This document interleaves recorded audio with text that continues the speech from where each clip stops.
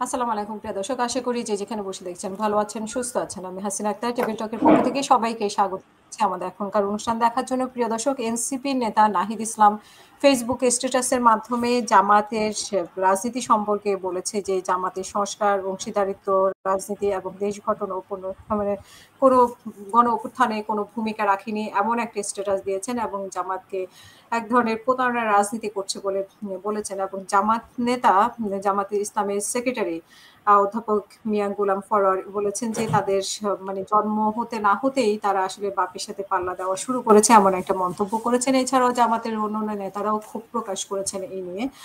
এবং আমরা বিভিন্নভাবে দেখতে পাচ্ছি যে জামাত শিবিরের উপরে নোয়াখালীতে এক ধরনের, নোয়াখালী সদরে মনে হয় এক ধরনের আজকে খবরের কাগজে যেটা দেখেছি যে মানে ২৪ ঘন্টা আলটিমেটামও দিয়েছে জামাতের এই ব্যাপারে, যে নোয়াখালীতে সংঘর্ষ হয়েছে। সেখানে বলা হয়েছে যে শিবিরের কোরআন শিক্ষা অনুষ্ঠানে যুবদল নেতারা বাধা দিয়েছে। এছাড়া আমরা রাজনীতির অন্যান্য বিষয় নিয়ে আলোচনা করব। আলোচনার জন্য আমার সাথে ৩ জন অতিথি উপস্থিত আছেন। মনিরুল ইসলাম রবি, বিএনপি নেতা। আপনাকে স্বাগত আমাদের আজকের অনুষ্ঠানে। আমাদের সাথে উপস্থিত আছেন লেফটেন্যান্ট ফেরদৌস সাজিস, লেফটেন্যান্ট কর্নেল অবসরপ্রাপ্ত। আপনাকেও স্বাগত আমাদের আজকের অনুষ্ঠানে। আমাদের সাথে উপস্থিত আছেন শফিকুল ইসলাম কাজল, সাংবাদিক। আর শফিকুল ইসলাম কাজলকে আপনাদের নিশ্চয়ই সবার মনে আছে এবং ওনাকে মানে ওনার গুম কেস নিয়ে আসলে সর্বপ্রথম গুমের বিষয়টি বাংলাদেশের মানুষ আলোচনায় আনে। তো শফিকুল ইসলাম কাজল, আপনাকেও স্বাগত আমাদের আজকের অনুষ্ঠানে। সবাইকে ধন্যবাদ। আমি লেফটেন্যান্ট কর্নেল ফেরদৌস সাজিস। আমরা দেখতে পাচ্ছি যে মাঠের রাজনীতিতে জামাত, এনসিপি, তারপরে জামাত, বিএনপির মধ্যে খুব ভালো একটা দ্বন্দ্ব লেগে আছে। এটা জুলাই সনদের পরে আমরা আরো বেশি দেখতে পাচ্ছি যে বিশেষ করে এনসিপির সাথে আমরা আগে দেখেছি যে জামাতের এক ধরনের ভালো সম্পর্ক ছিল, কিন্তু এখন আর সেই সম্পর্ক নেই। আর বিএনপির সাথে জামাতের ৫ই আগস্টের পরে আমরা দেখতে পাচ্ছি যে মানে কোনো না কোনো ভাবে লেগে আছে এবং জামাত ক্ষমতা যাওয়ার একটা স্বপ্ন দেখছে, বিএনপিও স্বপ্ন দেখছে। তো সেই ক্ষেত্রে মানে দ্বন্দ্বটা আসলে কোন জায়গায় বলে আপনার মনে হয়? আসলে আমরা যেটা বলেছিলাম বা চেয়েছিলাম যে রাজনৈতিক কালচারটা একটু পরিবর্তন হওয়া দরকার। আমরা অনেক আগে থেকেই জানি, গত ১৬ বছর বা তারও বেশি সময় থেকে, যে সুষ্ঠু রাজনীতির চর্চা চাই। তো এই যে ২৪শে জুলাইয়ের মধ্য দিয়ে আমরা সবাই আশা করি যে আমরা সামনের দিকে আগাবো এবং বয়স কম। কিন্তু এনসিপি মন্তব্য করাটা কি আপনি অস্বাভাবিক মনে করেন কিনা? যেটা জামাতে করেছে, ওরা বলছে যে পিআর গণভোটের অধিকার যদি দাবি না মানা হয় তাহলে জুলাই সনদ সই করবে না, কিন্তু পরে যে সই করলো, তো ওদের সাথে তো ওদের একটা মানে সমঝোতা ছিল নিশ্চয়ই সইয়ের ব্যাপারে।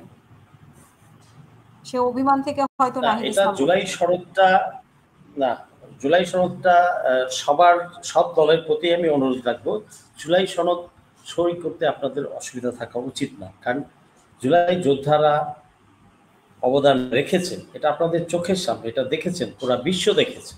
এরপরে এটা নিয়ে যদি কারো আপত্তি থাকে তাহলে কিন্তু জনগণের আপত্তি থাকবে আপনাদের প্রতি। আমার কিছু না, আমার ব্যক্তিগত কিছু না।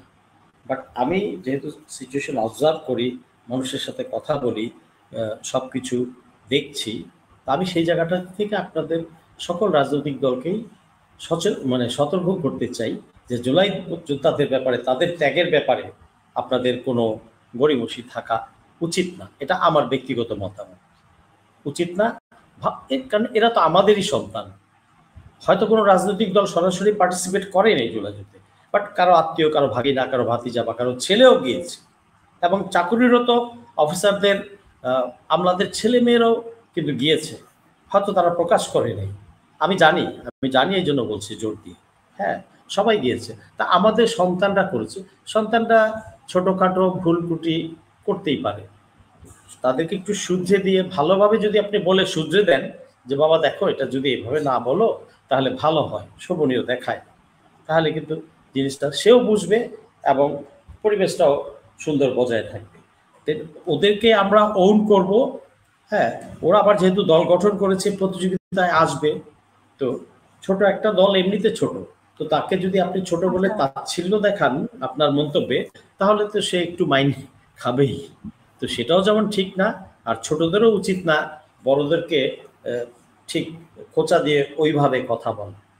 আমরা আচ্ছা ব্যালেন্স ফেরদৌস ওয়েতে আজিজ, আপনার সামনে কাছে যাতে একটা বিষয় আগাতে পারে সেটা করতে হবে। জানতে চাওয়া, আপনার কাছে একটি বিষয় জানতে জি চাওয়া, আজকে ফেসবুকে স্ট্যাটাসে জি সাবেক সেনাপ্রধান ইকবাল করিম ভূঁইয়া একটা স্ট্যাটাস দিয়েছেন। উনি বিএনপি সম্পর্কে ভবিষ্যৎবাণী করেছেন, অন্তর্বর্তীকালীন সরকারকে নিয়ে ভবিষ্যৎবাণী করেছেন। আপনি কি নিউজটা দেখেছেন?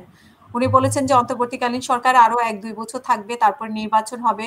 নির্বাচনে বিএনপি আসলে বিএনপি কতদিন টিকে থাকবে সেটা ভারতের কৌশলের উপর নির্ভর করে, এবং হচ্ছে যে আওয়ামী লীগ ফেরত আসবে কিনা সেটার উপর নির্ভর করে যে বিএনপি টিকে থাকবে কিনা। বিএনপি যদি এগুলো ঠেকাতে না পারে তাহলে আবার 111 হবে, এরকম একটা মন্তব্য উনি করেছেন, ইকবাল করিম ভূঁইয়া। হ্যাঁ, এটা তার ব্যক্তিগত মতামত। প্রত্যেকেই মতামত রাখতে পারেন। তার মতামতকে তার ব্যাখ্যা উনি দিবেন। তবে তার এই মন্তব্যের জন্য আমি তার প্রতি সম্মান রেখেই বলছি যে এটা ওনার ধারণা, ওনার আশাবাদ। কারণ উনিও জানেন যে ফ্যাসিস্ট যেন আর ফেরত না আসে। হয়তো উনি এটা সতর্ক করেছেন, হতে পারে যে উনি সতর্ক করতে চেয়েছেন সবাইকে। তো সেই সতর্কবাণীটা আমরা গ্রহণ করি। আর 1 বছর বা 2 বছর তত্ত্বাবধায়ক সরকার বা ইন্টারিম গভর্নমেন্ট থাকবে কি থাকবে না সেটা পরিস্থিতি, পরিবেশ এবং জনগণ সময় অনুযায়ী ডিসাইড করবে। এটা উনি ওনার ধারণাটা এক্সপ্রেস করেছেন, প্রকাশ করেছেন। তো এটাতে অপরাধের আমি কিছু দেখি না, বা দোষেরও কিছু দেখি না। তো সেই আলোকে আমরা চিন্তা করতে পারি উনি কেন বলেছেন। ওনার বলাটা অপরাধ না, কিন্তু উনি বা দোষের চোখে দেখা উচিত না, কিন্তু উনি কেন বলেছেন, কোন জায়গায় ইন্ডিকেট করেছেন, সেইগুলো আইডেন্টিফাই করে যদি আমরা রাজনৈতিক দলগুলা বা জনগণ, সাধারণ জনগণ এবং আমরা মানে সরকার বা বর্তমান প্রশাসন এরা যদি সেইভাবে কাজ করে, তাহলে আমরা একটা সুস্থ সুন্দর জায়গায় পৌঁছাবো, আমাদের লক্ষ্যে পৌঁছাবো। সেটা নির্বাচন 1 বছর পরে হোক, 5 মাস পরে হোক বা 2 বছর পরে হোক। বাট এটা আমরা বিভিন্ন জনের মতামত আমরা শুনবো না কেন? শুনবো, দিতে পারে। শোনা উচিত। শেষ করবেন প্লিজ। এবং আরেকজন হয়তো তার চেয়েও ভালো বলবে, বা তার পাল্টাটাও কেউ বলবে। তো এই বাক স্বাধীনতাটা যেহেতু আছে, চলেন না আমরা এটা ধরে রাখি এবং এটাকে আর মানে বাধাগ্রস্ত না করি। সবাই বলবে। আমার পছন্দ হয় না এমন কোনো ব্যক্তিও যদি বলে কথা, আমার শত্রু যদি কথা বলে, আওয়ামী লীগেরও যদি মতামত কেউ দেয়, কোথাও থেকে দিতেই পারে কথা কিন্তু। বলছে, তো উনি আবার বলছে, জাতীয় মতামত সরকারের কথাও দিতেই বলেছেন পারে। যে জাতীয় বুঝলেন না? সরকারও হতে পারে। হ্যাঁ, হ্যাঁ, যাই হোক, উনি কেন বলছেন এই মুহূর্তে সেটা উনার চিন্তা ভাবনা আছে নিশ্চয়ই কোনো, সেটা হয়তো আমি বলতে পারবো না। বাট প্রত্যেকের মতামতের প্রতি আমাদের মানে সহনশীলতা প্রদর্শন করা উচিত। তো তার মতামতের সেই ক্রিটিক্যাল অনেক ধন্যবাদ অ্যানালাইসিসে আমি ফেরদৌস আজিজ, যাচ্ছি না। শুনবো উনি আপনার উনারটা মতামত। বলেছেন, আমারও অনেক মতামত আছে। তো সেটা সব তো আর এই অল্প পরিসরে এখানে বলা যায় না। ঘরোয়া আলোচনায় বা সামনাসামনি কোনো প্রেজেন্টেশন হয়তো রাখা যায়। তো তার মতামতের প্রতি শ্রদ্ধা রেখেই বলছি যে তার মতামত থেকে যদি কিছু আমাদের নেয়ার থাকে অনেক পজিটিভ, ধন্যবাদ। পজিটিভ বলতে কোনো দলের না, ভারতের না, বাট জনগণের এবং দেশের স্বার্থে যদি যেটা ভালো হবে সেই অনুযায়ী আমরা চিন্তা করতে পারি। জি, ধন্যবাদ। এখানে অসংখ্য ধন্যবাদ। আমি মনির ধন্যবাদ ইসলাম আপু। রবি ভাই আপনার কাছে জি, মনির ইসলাম রবি ভাই আপনার কাছে একটু শুনবো যে বিএনপির ব্যাপারে বেশ কতগুলো অভিযোগ গতকালকে বিএনপির আমার দেশ পত্রিকার সাংবাদিককে লাঞ্ছনা করেছে, এরকম একটা অভিযোগ এসেছে। তারপরে নোয়াখালী সদরে শিবিরের উপরে হামলা করেছে, এরকম অভিযোগ এসেছে। তারপরে আজকে আবার গাজীপুরে শ্রীপুরে এরকম একটা ঘটনা যে এলাকায় ঢুকলে ঠ্যাঙ্গের নালা ভাঙ্গা দিব সাংবাদিকের। তো এই অভিযোগগুলো কেন? এই 3টা অভিযোগ আজকে পত্রিকায়, মানে বিশেষ করে 2টা অভিযোগ তো একেবারে সব পত্রিকায় হেডলাইন। আর গাজীপুরের বিষয়টা এই যে কিছুক্ষণ আগে আসলো, এটিএন বাংলার সাংবাদিককে বললো। তো আপনার কাছে শুনতে চাই যে আপনি কি মনে করেন এই বিষয়ে।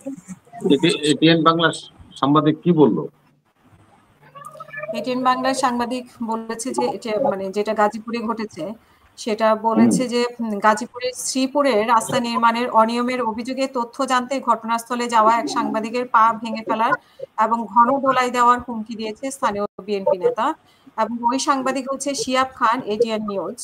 তো এই এবং উনি আবার মামলাও করেছেন গাজীপুর থানায়।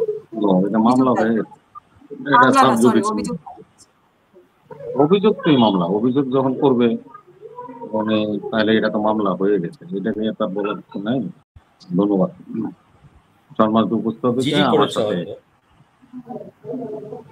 না, আমাদের দেশে এখন নিয়ম হলো অভিযোগ করলে আপনার অভিযোগটা নিবে, নিয়ে সেটা মামলা এন্ট্রি হবে না, তদন্ত হবে।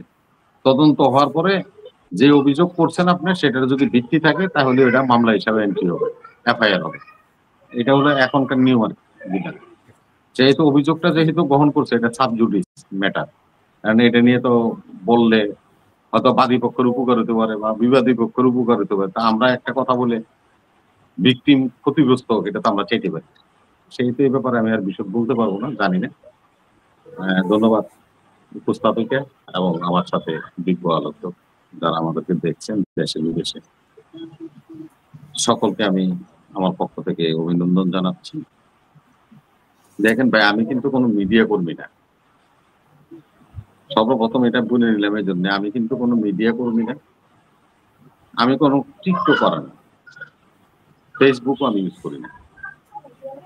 দুই হলো আমি একজন রাজনৈতিক কর্মী, আমি একটা দল করি, দলের একজন নগণ্য সদস্য। সেহেতু আমাকে যদি কেউ অতিথি হিসাবে কোনো জায়গায় নিয়ে আসেন, আমার কাছ থেকে আমার দলীয় গঠনতন্ত্রের বাইরে কোনো কিছু আশা করলে আমি হয়তোবা আপনাদের প্রয়োজনে বা আপনাদের মতামতের ভিত্তিতে আপনাদের মতো করে বলার স্কোপ আমার খুব কম থাকে।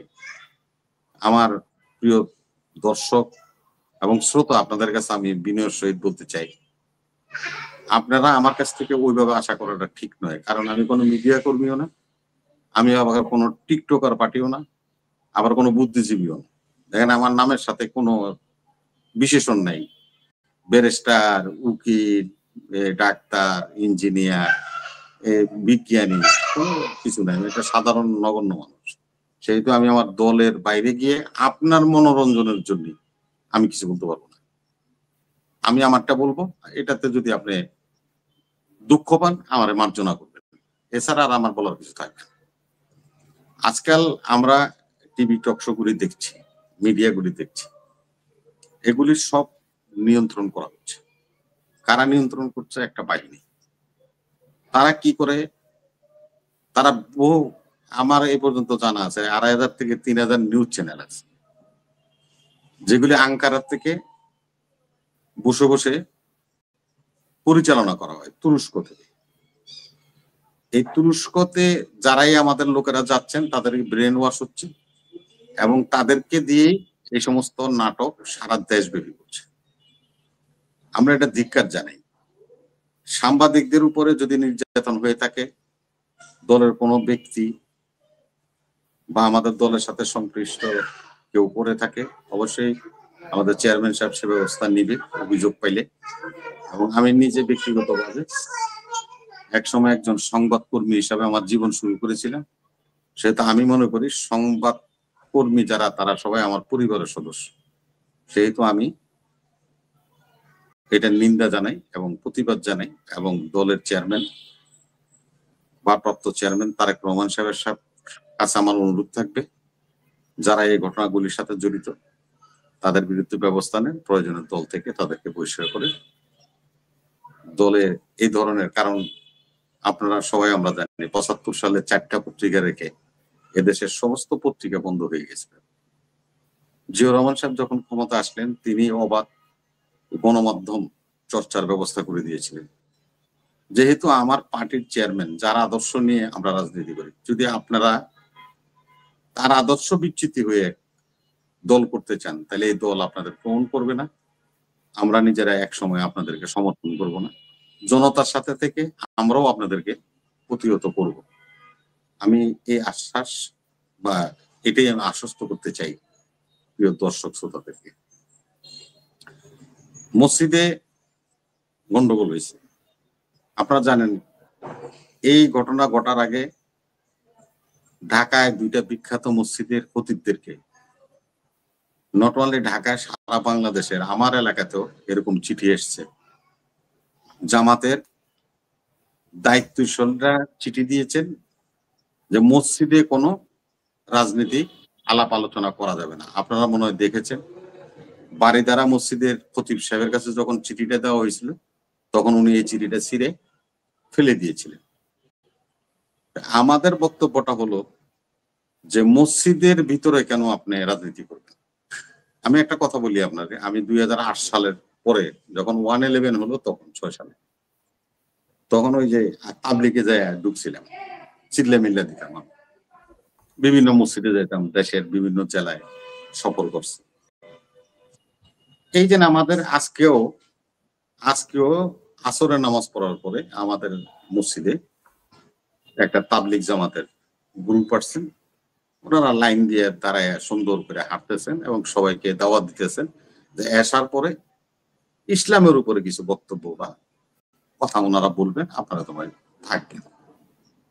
আমি কি এই যে যারা নাকি আসছে তাবলিগ জামাতের ভদ্রলোকরা আমাদের মসজিদে আছে, আমি তো কেউ কোনো স্থানীয় মুস্তান বা লোক বা বিএনপি বলেন বা অন্য কোনো দল বলেন তাদেরকে থ্রেট করছে বা সারা বাংলাদেশে এই ইজতেমাটা চলে, কেউ কোনো জায়গায় এই ধরনের পরিস্থিতির শিকার হয়েছে আমার জানা নাই। আমি বলি, এই জন্যই বলি যে আপনারা দল করবেন, রাজনীতি করবেন, রাজনীতির নামের সাথে বিভিন্ন নাম থাকে, হইতে পারে না আমাদের বিএনপি এক সময় ভেঙে যায়, বিএনপি ওবায়দ হয়েছে, বিএনপি মান্নান গ্রুপ হয়েছে, এরকম হয়। এটা আওয়ামী লীগও ভাঙছে, এরকম হয়, থাকতে পারে। কিন্তু আপনারা ইসলাম নাম ধারণ করেন, ভালো কথা, আমরা আপনাদেরকে সেলুট জানাই। আপনারা জামাতে ইসলাম করেন, খুব ভালো, ইসলামের জন্য কাজ করতেছেন, আমরা আপনাদের কোনো কাজে তো নিরুৎসাহিত করি, কিন্তু আপনারা নিজেরাই চিঠি দিলেন যে মসজিদের ভিতরে কোনো রাজনীতি করা যাবে না। এবং কে দিছে? ওনাদের দায়িত্বশীল অ্যাসিস্ট্যান্ট সেক্রেটারি জেনারেল জুবাইর সাহেব, উনি নিজেই চিঠিটা দিচ্ছেন, প্রত্যেক খতিবের এই চিঠি পাইছে। তাই আপনি নিজে বলতেছেন যে মসজিদে কোনো রাজনীতি করা যাবে না, আপনারাই মসজিদের ভিতর ঢুকে আপনাদের দলের ইসলাম প্রচার করতেছেন। ইসলাম প্রচার করা বা কোরআন হাদিস ইত্যাদি আমাদের একটু সেন্সিটিভ বিষয়। আমি এজ এ মুসলমান, আমার আপনার XYZ সবাই কিন্তু এই বিষয়টা হার্ট করে, এই বিষয়টা নিয়ে আমাদের কলিজাতে লাগে। আপনারা আপনাদের দল বলবে মসজিদে আপনার রাজনীতি চর্চা করা যাবে না, এবং আপনাদের আরেকজন দায়িত্বশীল নেতা, সেও অ্যাসিস্ট্যান্ট সেক্রেটারি জেনারেল, ভদ্রলোক ওদিন বক্তৃতায় বলছে যে মসজিদে যদি রাজনীতি চর্চা না করা যায় তাহলে মসজিদে কোরআনও পড়া যাবে না। এই বক্তব্য আমরা দেখছি। তো এগুলি সবেরই কথাবার্তা। তো এখন একটা সুবিধা আছে, সুবিধাটা হলো ছাত্রদল বা যুবদল গিয়ে কি আক্রমণ করবে বা বিএনপি কি ওখানে? এখানে ছাত্রদল যুবদল আক্রমণ করে না, এখানে এলাকার লোকজন। আমি এখন যাই আক্রমণ করলে আমি তো বিএনপি করি, বিএনপির আহ্বায়ক, তা আমার তো আপনি আহ্বায়ক হিসেবেই দেখবেন, তা আমাকে জনগণ হিসেবে দেখবেন না, এই মসজিদের জনগণ হিসেবে দেখবেন না। ঢাকার থেকে লোক যে কেউ মসজিদে হামলা করছে, ওই এলাকার লোকেরা তো, ওই এলাকার মুসল্লি তো আমিও। আমি বিএনপি করি অপরাধ নাকি? আমি তো মুসল্লি হিসেবে যাব। সেখানে একেবারে নাম টাইটেল দিয়ে দিতেছেন, সুন্দরভাবে লেপা দিতেছেন। এই লেপালেপি বন্ধ করেন না ভাই। আমি আমার মসজিদ, যে মসজিদে আমি নামাজ পড়ি, আমি মুসল্লি না, আমি বিএনপি অপরাধ? আমি আমার মুসল্লিদের সাথে যদি একটা প্রতিবাদ করি, তো আপনি আমার বিএনপি টাইটেল দিয়ে প্রতিবাদটা লিখে দিবেন, হেডলাইন করে দিবেন, এটা তো ঠিক না। কেন আপনারা করছেন? এটার মধ্যে লেখা আছে না? হ্যাঁ, যুবদল ছাত্রদলও লেখা আছে, আবার বলছে স্থানীয় জনগণ আছে। প্রতিরোধ করছে, প্রতিরোধ করতে পারে তো, কেন করছে এটা তো আমি আপনারা ব্যাখ্যাই দিলাম। অহেতুক তর্ক করে লাভ নাই তো। ওনারা নিজেরাই চিঠি লিখছে, আপনারা দেখছেন মিডিয়াতে, এটা সারা ওয়ার্ল্ড ব্যাপী প্রচার হয়েছে। বারিধারার খতিব সাহেব এই চিঠি চিরে ফেলাই দিছে।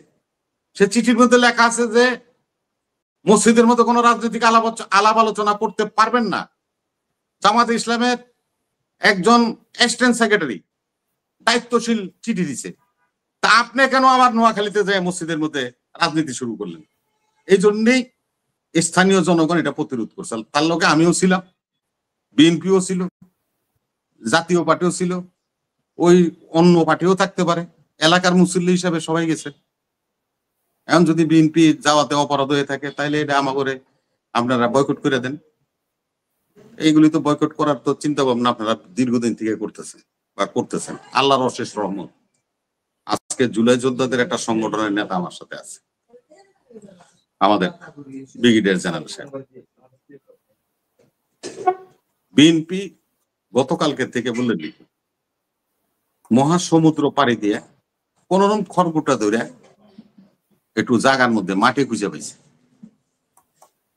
এই 5 তারিখের পর থেকে বিএনপিকে নিয়ে যে চক্রান্ত এই দল করেছে, আজকে যাদেরকে, আজকে জেনারেল সাহেব আছে এই জন্য বলতেছে, আজকে যাদেরকে আপনারা বাচ্চা পোলাপাইন বলতেছেন, এই বাচ্চা পোলাপাইন গুলি দিয়া বিএনপির এমন কোন নেতা নাই যারা গাইডলাইন নাই, বিএনপির এমন কোন আপনার দায়িত্বশীল নেই যাদের বিরুদ্ধে আপনারা নিউজ করেন নাই। এই যাদেরকে বাচ্চা ছেলে বলছেন, এই বাচ্চা ছেলেগুলি দিয়া মাইক দিয়া সালাউদ্দিন, আলাউদ্দিন আর কালামউদ্দিন কাউরে আর বাদ দেন নাই, কলিমউদ্দিন সবাইকে আপনারা মোটামুটি সাইজ করেছেন। আল্লাহর অশেষ রহমত। আজকে তো বললো না ভাই, ভাই বললে আমি আর, আজকে তো নিউজ হওয়ার কথা নাহিদুল ইসলাম সাহেব যে কথা বলছে তার উপরে নিউজ হওয়ার কথা, আপনাদের টক শো হওয়া উচিত ছিল। আপনি এটা করবেন না, ওই মসজিদ নিয়ে গেছেন, এটা করলে আপনাদের অসুবিধা। কি বলছে যেটা বলছে সেটা সেদিনে আমাদের ইয়ে হয়েছে, বলেন অনুষ্ঠান না তো বলেন না, নাহিদ কি বলছে এটা বলেন শুনি একটু। নাহিদ বলছে যে তারা রাজনৈতিক ভাবে তারা পিআর নিয়ে রাজনীতি করছে, এক ধরনের রাজনীতিক প্রতারণা করছে। কে প্রতারণা করছে? এই নাম কইতে আপনার শরম লাগতেছে? জামাত ইসলাম। জামাত ইসলামের নাম শরম লাগবে কেন? এটা কইতে শরম লাগে? আমাদের দেশে একটা প্রবাদ আছে, বাছুরের নাম নেওয়া যায় না। হ্যাঁ, এটাই। এখন সে আবার কি বলছে, পিয়ার নিয়ে কি বলছে, সে সংলাপ নিয়ে কি বলছে, পিয়ার নিয়ে কি বলছে, দুইটা কথাই তো বলছে। দুটোটার বিষয়ে পড়েন কি বলছে সে,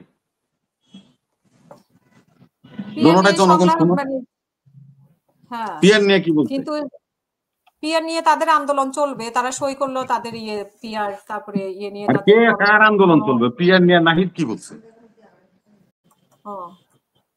পিয়ার নিয়েই তো তারা রাজনৈতিক প্রতারণা করছে সেটা বলছে না। এটা দুইটা খণ্ডে সে অনেকগুলি কথাই বলছে, তার মধ্যে দুইটা খুব জিস্ট। একটা হলো সংলাপ নিয়ে সে একটা মন্তব্য করছে, একটা হলো পিয়ার নিয়ে একটা মন্তব্য করছে। এটা কঠিন দুইটা মন্তব্য করছে। এই দলটাকে নিয়ে এত উচ্ছ্বাস কেন? আজকে আপনারা, আমরা কি নবীর কোরআন শরীফ পড়বো না মওদুদির কোরআন শরীফ পড়বো? এই দেন, এটা মওদুদির কোরআন শরীফ, এটা পড়বো নাকি আমরা মুহাম্মদের কাছে প্রেরিত কোরআন শরীফ পড়বো? ওনাদের সম্বন্ধে আমাদের তো বলার অনেক কিছু দরকার নেই। শুনেন, রিসালাতকে নিয়ে যারা প্রশ্ন করে, নবীর নবুয়ত নিয়ে যারা প্রশ্ন উত্থাপন করে, নবীকে যারা তার রিসালাতের সময় ভুল করছে সেটার জন্য ক্ষমা চাইতে বলে নাউজুবিল্লাহ মিন জালেক, তাদের মতো লোক আমাদের দেশে ইসলাম প্রচার করে, আর আমাদের ইসলাম শুনতে হয়। কাজল ভাই আছে এখানে, এই জন্য বলছি, কাজল ভাই শুনেন, আপনি যেন গেছেন ইয়েতে, কি বলে, লন্ডনে, পাসপোর্টটা কি বাংলাদেশ থেকে গেছেন না বাংলাদেশি পাসপোর্টে গেছেন না?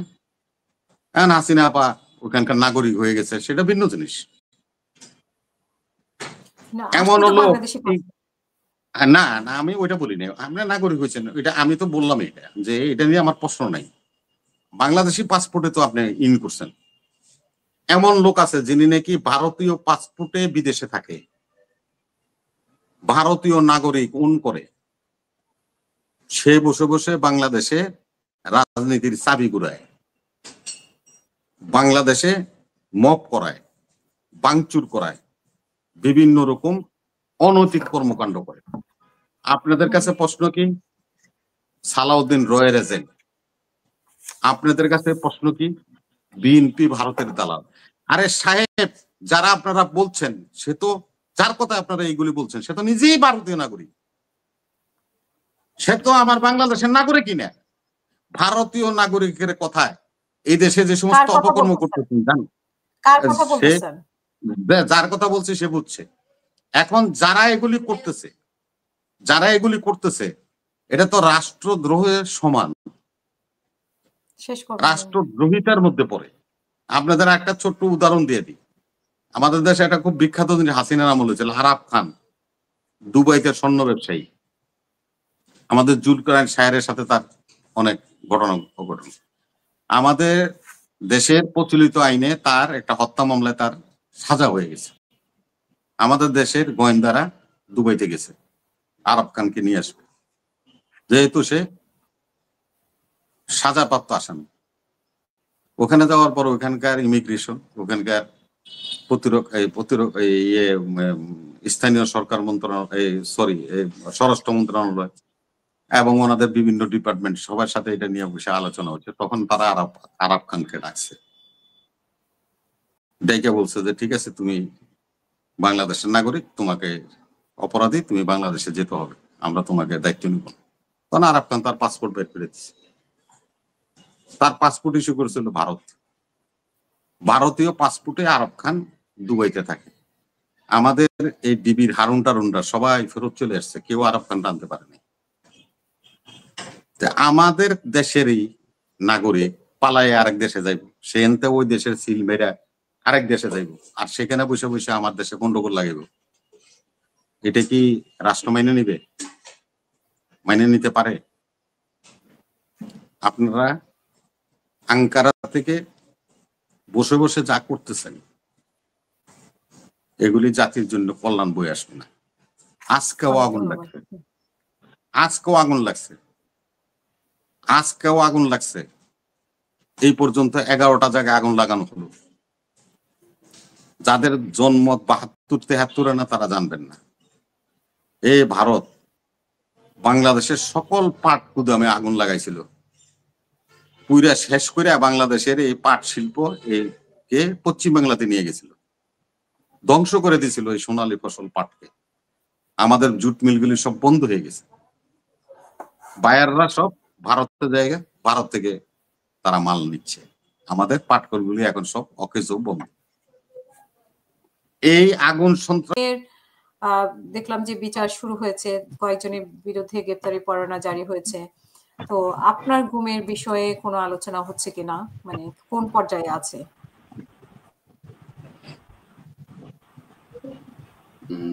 দর্শকদেরকে প্রথমে আমি শুভেচ্ছা, আলোচকদেরকেও আমার পক্ষ থেকে প্রথমে শুরুতেই শুভেচ্ছা জানাচ্ছি, এবং একই সাথে আজকে যে আলোচনার বিষয়বস্তু সেখানে মানে প্রথমত আমি আলোচনা করতে চাই যে বাংলাদেশের এখন যে আইন শৃঙ্খলার পরিস্থিতি, সেটা কি আসলে বাংলাদেশে স্বাভাবিক কিনা। আমরা যতটুকু সংবাদ দেখছি, আমরা যতটুকু খবর নিচ্ছি পাচ্ছি, সেটাকে যদি আমরা ধরি তাহলে স্বাভাবিকভাবে এটাকে বলা মুশকিল।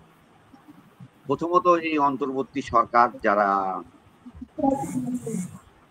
কতদিনের জন্য এসছে এটা যেহেতু আমরা এখন পর্যন্ত পরিষ্কার হতে পারিনি, নানান ধরনের বক্তব্য আসছে এবং নানান ধরনের ওনারা তো বলছে ওনারা চলে যাবে, ওনারা নির্বাচন দিয়ে দিচ্ছে ফেব্রুয়ারিতে। ওনারা দিচ্ছে, আবার আপনি তো কিছুক্ষণ আগে একটি স্ট্যাটাস করলেন সাবেক সেনাবাহিনী প্রধানের, যে তিনি বলছেন যে আরো 1-2 বছর থাকা দরকার।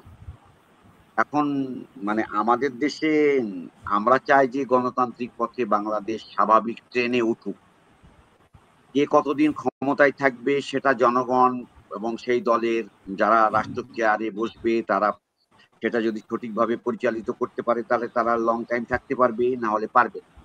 মানে আমরা এই যে কিছুদিন আগের পরিবর্তনের ভিতর দিয়ে আমরা যা দেখেছি বাংলাদেশে, তার পরবর্তী পর্যায়ে যদি রাজনীতিবিদরা যদিও 1/11-এর সময়ে শিক্ষা নেয়নি, তবে এবারের যে পরিস্থিতি বাংলাদেশে দেখলাম আমরা পরিবর্তনের পর, এটা স্বাভাবিক পরিবর্তনের মানে একটা গণঅভ্যুত্থান হয়েছে। সেই গণঅভ্যুত্থানের ভিতর দিয়ে নানান শক্তির উত্থান ঘটেছে বাংলাদেশে, এবং বিগত শক্তি বাংলাদেশে পরাজিত হয়ে তারা হারিয়ে গিয়েছে, লুকিয়ে আছে, দেশ ত্যাগ করে।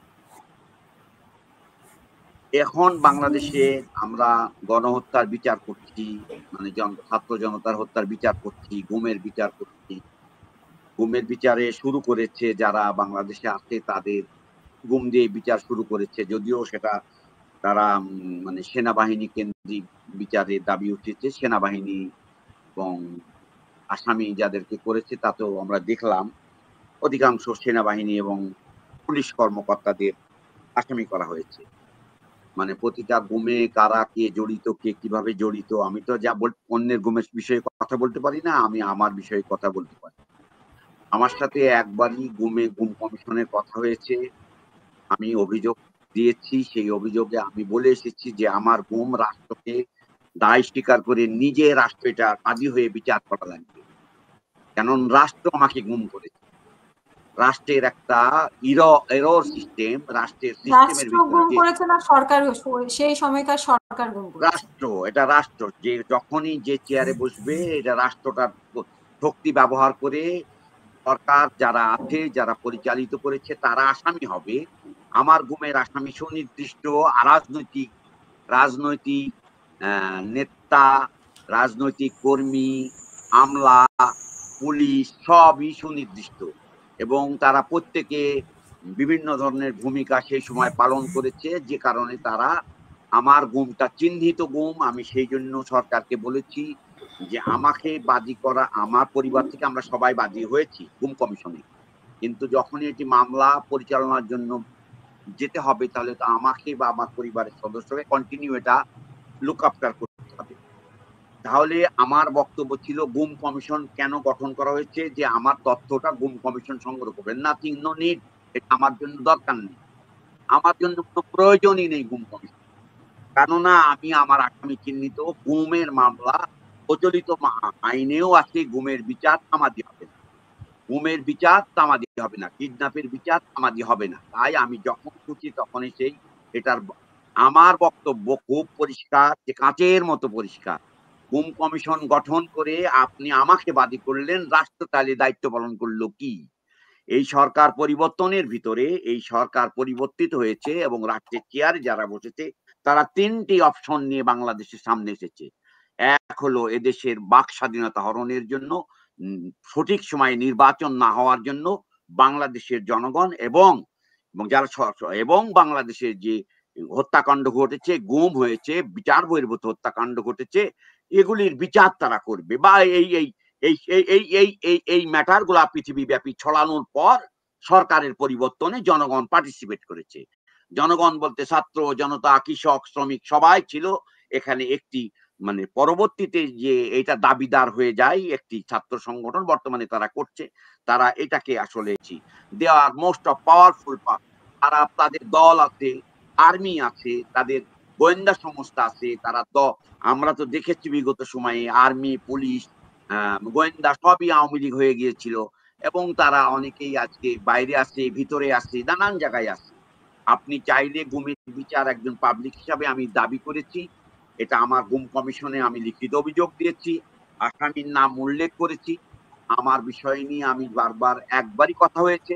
পরবর্তীতে আর কোনোদিন সরকার আমার সাথে যোগাযোগও করেনি, তবে বিভিন্ন আলোচনায় আমার নামটা উচ্চারিত করা লাগে, কারণ এটি জাতিসংঘের গুম, মানে জাতিসংঘ উত্থাপিত গুম, যে গুমের মানে এবং সাংবাদিক বলে ব্যবহার করা হয়, এটাকে ইউজ করা হয়, এটাকে বিচারের জন্য যতক্ষণ করা হচ্ছে, এটাকে ইউজ করে বেনিফিট নেওয়ার জন্য নামটা ব্যবহার করে কিছু মানুষ বেনিফিট নিতে চায়। কারণে আমি আসামিদের আমি আমার মতো আমার গুমের বিচারটা দৃশ্যমান করার জন্য সরকারকে আমার সাথে কথা বলতে হবে। তাহলে আমি কাদের উপরে ভরসা করব? বর্তমানে যে বর্তমানে যে কমিশনের নাবিলা কি যেন একটা মহিলা, সে আমার সাথে, ছোট একটা বাচ্চা, আমি তাকে ইন্টারভিউ দিয়েছিলাম, তা সে আমার সাথে ইন্টারভিউ দিকে ফাউল করবে। আমি তাকে বলেছিলাম তোমার মতো আমার ইন্টারভিউ নেওয়ার দরকার নেই, কেননা আমি হলাম সাংবাদিক, বুঝে শুনে আমার সাথে প্রশ্ন করতে হবে, এবং আমি তোমাকে প্রশ্নের উত্তর দিব। বলবো ভাই আপনি আমাকে বলছেন যে আপনি যেখানে রাখা হয়েছে সেটি যেখানে আপনাকে রাখা হয়েছে এরকম কোনো সেন্টার আমরা পাচ্ছি না। আমি তাদেরকে বললাম আপনি যাদের সাথে ইন্টারভিউ নিয়েছেন তারা যেমন আর্মি বা যারা ভিভিআইপি, তাদের জন্য বিশেষ ব্যবস্থায় গুম সেন্টার না, সেটিকে একটি বিশেষ সেন্টার রাখা হয়েছিল। আর গুম সেন্টারে যেখানে আমি ছিলাম, আমি যে বলি আয়নাঘর যে শব্দ আপনারা শুনেছেন, সেটি গণমানুষের আয়নাঘর। সেখানে পার্সোনাল কোনো ব্যক্তির জন্য আলাদা কোনো সেন্টার মানে ছিল না। আর্মিদেরকে রেখেছে এক আয়না ঘরে, মানে হ্যাঁ, হ্যাঁ। হাসিনুর ভাই, তারপরে আপনি। আর্মিদেরকে যে গুম করা হয়েছে, আমি যেটা বলি, আমি তাদের বিরুদ্ধে কথা বলছি না। তাদের আইন শৃঙ্খলার সংকট থাকতে পারে, সরকার অভ্যুত্থান, সরকার পরিবর্তনের ষড়যন্ত্র থাকতে পারে। যে তাদের ম্যাটারটা তাদের কাছে, আমি তাদের বিষয় নিয়ে কোনো কথা বলছি, বিতর্ক তুলতে চাইনি। কিন্তু আমি জেনারেল পিপল, আপনারা হয়তো দেখেছেন যে গুম সেন্টার যখন ওপেন হয় তখন মাত্র ৩-৪টা লোক গুম সেন্টার থেকে পাওয়া গিয়েছে, যারা বলেছে যে গুম থেকে বের হয়ে এসেছি। আমরা শুনেছি শত শত, আমরা শুনেছি হাজার হাজার মানুষ গুম হয়েছে। আমার বক্তব্য, গুম থেকে বের হওয়ার সময় তাদের কোথায় গেল সেই গুমের মানুষগুলো? আবার মামলার সময় এসে দেখছি ২,০০০ লোক গুমের মামলা দায়ের করেছে। বিতর্কিত জায়গায় দাঁড় করানো হয়েছে গুমকে আমি মনে করি গুম পৃথিবীব্যাপী যে গুমের মানে স্ট্রাকচারাল যে আন্তর্জাতিক আইন আছে, সেই আইনের ভিতর দিয়ে আমাকে তো যেতে হবে। আইনের ভিতর দিয়ে যেতে হলে আমার বাংলাদেশের আইসিটি আদালত গুম বিচার না করতে পারলে, আমার পাশেই তো হেগ আছে, আমি তো জানি প্রক্রিয়া, আমি জানি, আমি কিন্তু স্টাডি করি এটা নিয়ে। আমি স্টাডি করি যে কারণে আমি মনে করি যে সরকারের দায়িত্ব হলো মানে গুমের রেসপন্সিবিলিটি নিয়ে। হ্যাঁ, একটা রাজনৈতিক সরকার আসবে, আমার সাথে তার কথা হবে, আমি তার সাথে কথা বলবো। কথা বলার পর আমি যদি আমার নিরাপত্তা দেবেন না, আমাকে শুট আউট করে দিল, আমি তো আমার আসামি হাসিনা, আমি হাসিনার বিরুদ্ধে জঘন্য ভাষায় মানে সাক্ষাৎকার দিয়েছি। পৃথিবীর ইতিহাসে হাসিনা সম্পর্কে এত নোংরা কথা কেউ বলেনি। আমি বাস্তব কথা বলেছি, আমি চ্যালেঞ্জ জানিয়েছিলাম হাসিনাকে যে তোমার সাথে যে তোমার যে গণভবনের যে কেলেঙ্কারির ঘটনা এবং গণভবনের বাইরের যে কেলেঙ্কারির ঘটনা, আমার ঘটনা তো পৃথিবী আলোচিত একটা স্ক্যান্ডাল, পৃথিবীতে এত বড় স্ক্যান্ডালের রাষ্ট্রই ভেঙে পড়ার কথা, ওই সরকার দোমড়ায় মুসড়ায় পড়ে যাওয়ার কথা, কিন্তু পড়েনি। কেননা আমাদের সমাজে এখন বলা হয় আমাকে অনেকে, ভাই এইরকম নেতা মেতারা এরকম এরকম মহিলা টয়লা নিয়ে থাকে ভাই, মানে ইথিক্যালি নৈতিক জায়গা থেকে আপনি এটাকে ফাইট করতে চান না, এটাকে ব্যাখ্যা দেন অন্যভাবে, আমাকে বোঝানোর চেষ্টা করা হয় যে এটা আপনি আসলে করেছেন, কিন্তু এটা আমাদের দেশের জন্য প্রয়োজন, এটা পাশ্চাত্য, আপনি যে দেশ আছেন সেই দেশে হলে সরকার পড়ে যাবে। আমরা না, একটা রাষ্ট্রের নীতি এবং নৈতিকতা যদি নাই থাকে, আদর্শই যদি না থাকে, ওটি রাষ্ট্র নয়, ওটি ডাকাতের কারখানা। আজকে রাজনীতিবিদরা, আজকে যারা রাষ্ট্রের চেয়ারে বসেছে, ডাকাত হিসাবে রূপান্তরিত আবির্ভূত হয়েছে বাংলাদেশে। ভাই বলেছেন, আমি একটা কথা খুব মানে মানে দ্বিমত করলাম, ছোট বাচ্চা এরা কেউ না, 100 কোটি টাকার মালিক হয়েছেন, আবার বলবেন আপনি ছোট বাচ্চা, হাউ ফানি। এটা কোনো ফানির কোনো ম্যাটার নয় তো, এদের শাস্তির আওতায় আনা দরকার। এদের অবশ্যই এদেরকে মামলার ভিতরে ঢুকিয়ে এদেরকে কারাগারে নিক্ষেপ করা দরকার। উপদেষ্টা হয়েছে কে? উপদেষ্টাকে চোর ডাকাত দেখবেন? হাসিনার আমলে তো চোর ডাকাত ছিল, তাহলে হাসিনার আমলেও যে চোর ডাকাত, আজকে আপনি এদেরকে ছাড় দিতে যাচ্ছেন করা হয়েছে। তো সব মিলিয়ে আপনার কাছে কি মনে হচ্ছে এটা আসলে কাদের দ্বারা করা হয়েছে? আমি একটা লাইভ দেখতেছিলাম যে লেফটেন্যান্ট কর্নেল মুস্তাফিজুর রহমান উনি বলছেন যে এটা ডিজিফাই করা হয়েছে। তো আমি জানি না উনি কোথা থেকে তথ্য পেয়েছেন। তো আপনার কাছে কি মনে হচ্ছে, এগুলো কি পরিকল্পিত নাকি আসলেই এমনি মানে এমনি কাকতালীয় ঘটনা বা দুর্ঘটনা হিসেবে আমরা দেখব?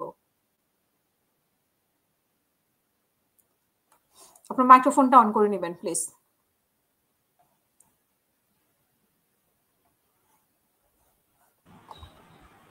জি, ধন্যবাদ। ডিজিফাই করেছে বা কে করেছে স্পেসিফিক কোনো তথ্য আমার কাছে নাই, বাট এটা সত্য বা বোঝাই যায়, সবাই আমরা বুঝতে পারি যে যেখানে এখন একটা ইন্টারিম গভর্নমেন্ট সরকার ব্যবস্থা চলছে, আমাদের দেশটা সামনের দিকে আগানো দরকার। আর বিভিন্ন সময়ে গত 1 বছর যাবৎ বিভিন্ন পরিস্থিতির সৃষ্টি করে আসছে কারা? সেই পতিত আওয়ামী লীগ। আর আমার দেশের প্রধান শত্রুকে ভারত র BAL মানে বাংলাদেশ আওয়ামী লীগ এবং লোকাল কিছু লেসপেন্সার।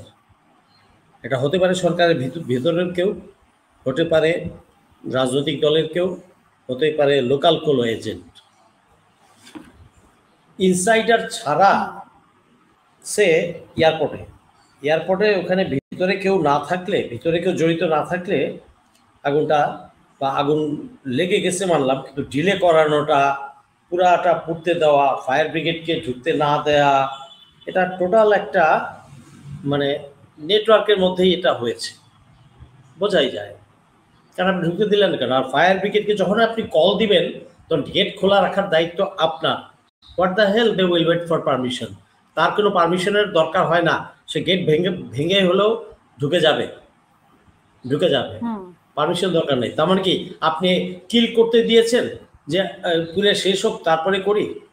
মানে এখানে একটা পুরা একটা গন্ধ আছে, বোঝাই যায় এখানে। হ্যাঁ, আপনি দোষ দিবেন এয়ারপোর্টের ফেইলিউর, ফায়ার সিস্টেম ছিল না, টেকনিক্যাল ইকুইপমেন্ট ছিল না, ফাইন, সেটা তো ছিল না, ফাইন। বাট যখন আগুনটা লেগেছে তারপরে একটা, দুইটা, তিনটা, চারটা আমরা পুঁতে দিয়েছি ওই ওয়্যার হাউসগুলো, ওয়াই? আর তার আগের দিন হয়েছে চিটাগাঙে, তার আগের দিন হয়েছে আরেক জায়গায়, গতকাল সকালে হয়েছে ইনসেপ্টাতে, মানলাম ইনসেপ্টারটা অন্য কারণে, তারপর আরেকদিন শুনেছি নারায়ণগঞ্জে। তো এই যে একটার পর একটা হচ্ছে, আর আমরা সাধারণত দেখি কি যে শুকনার সিজনে আগুনগুলো ধরে, শর্ট সার্কিট গরমে বা ওই সিগারেটের আগুন থেকে বা কোনো কারণে।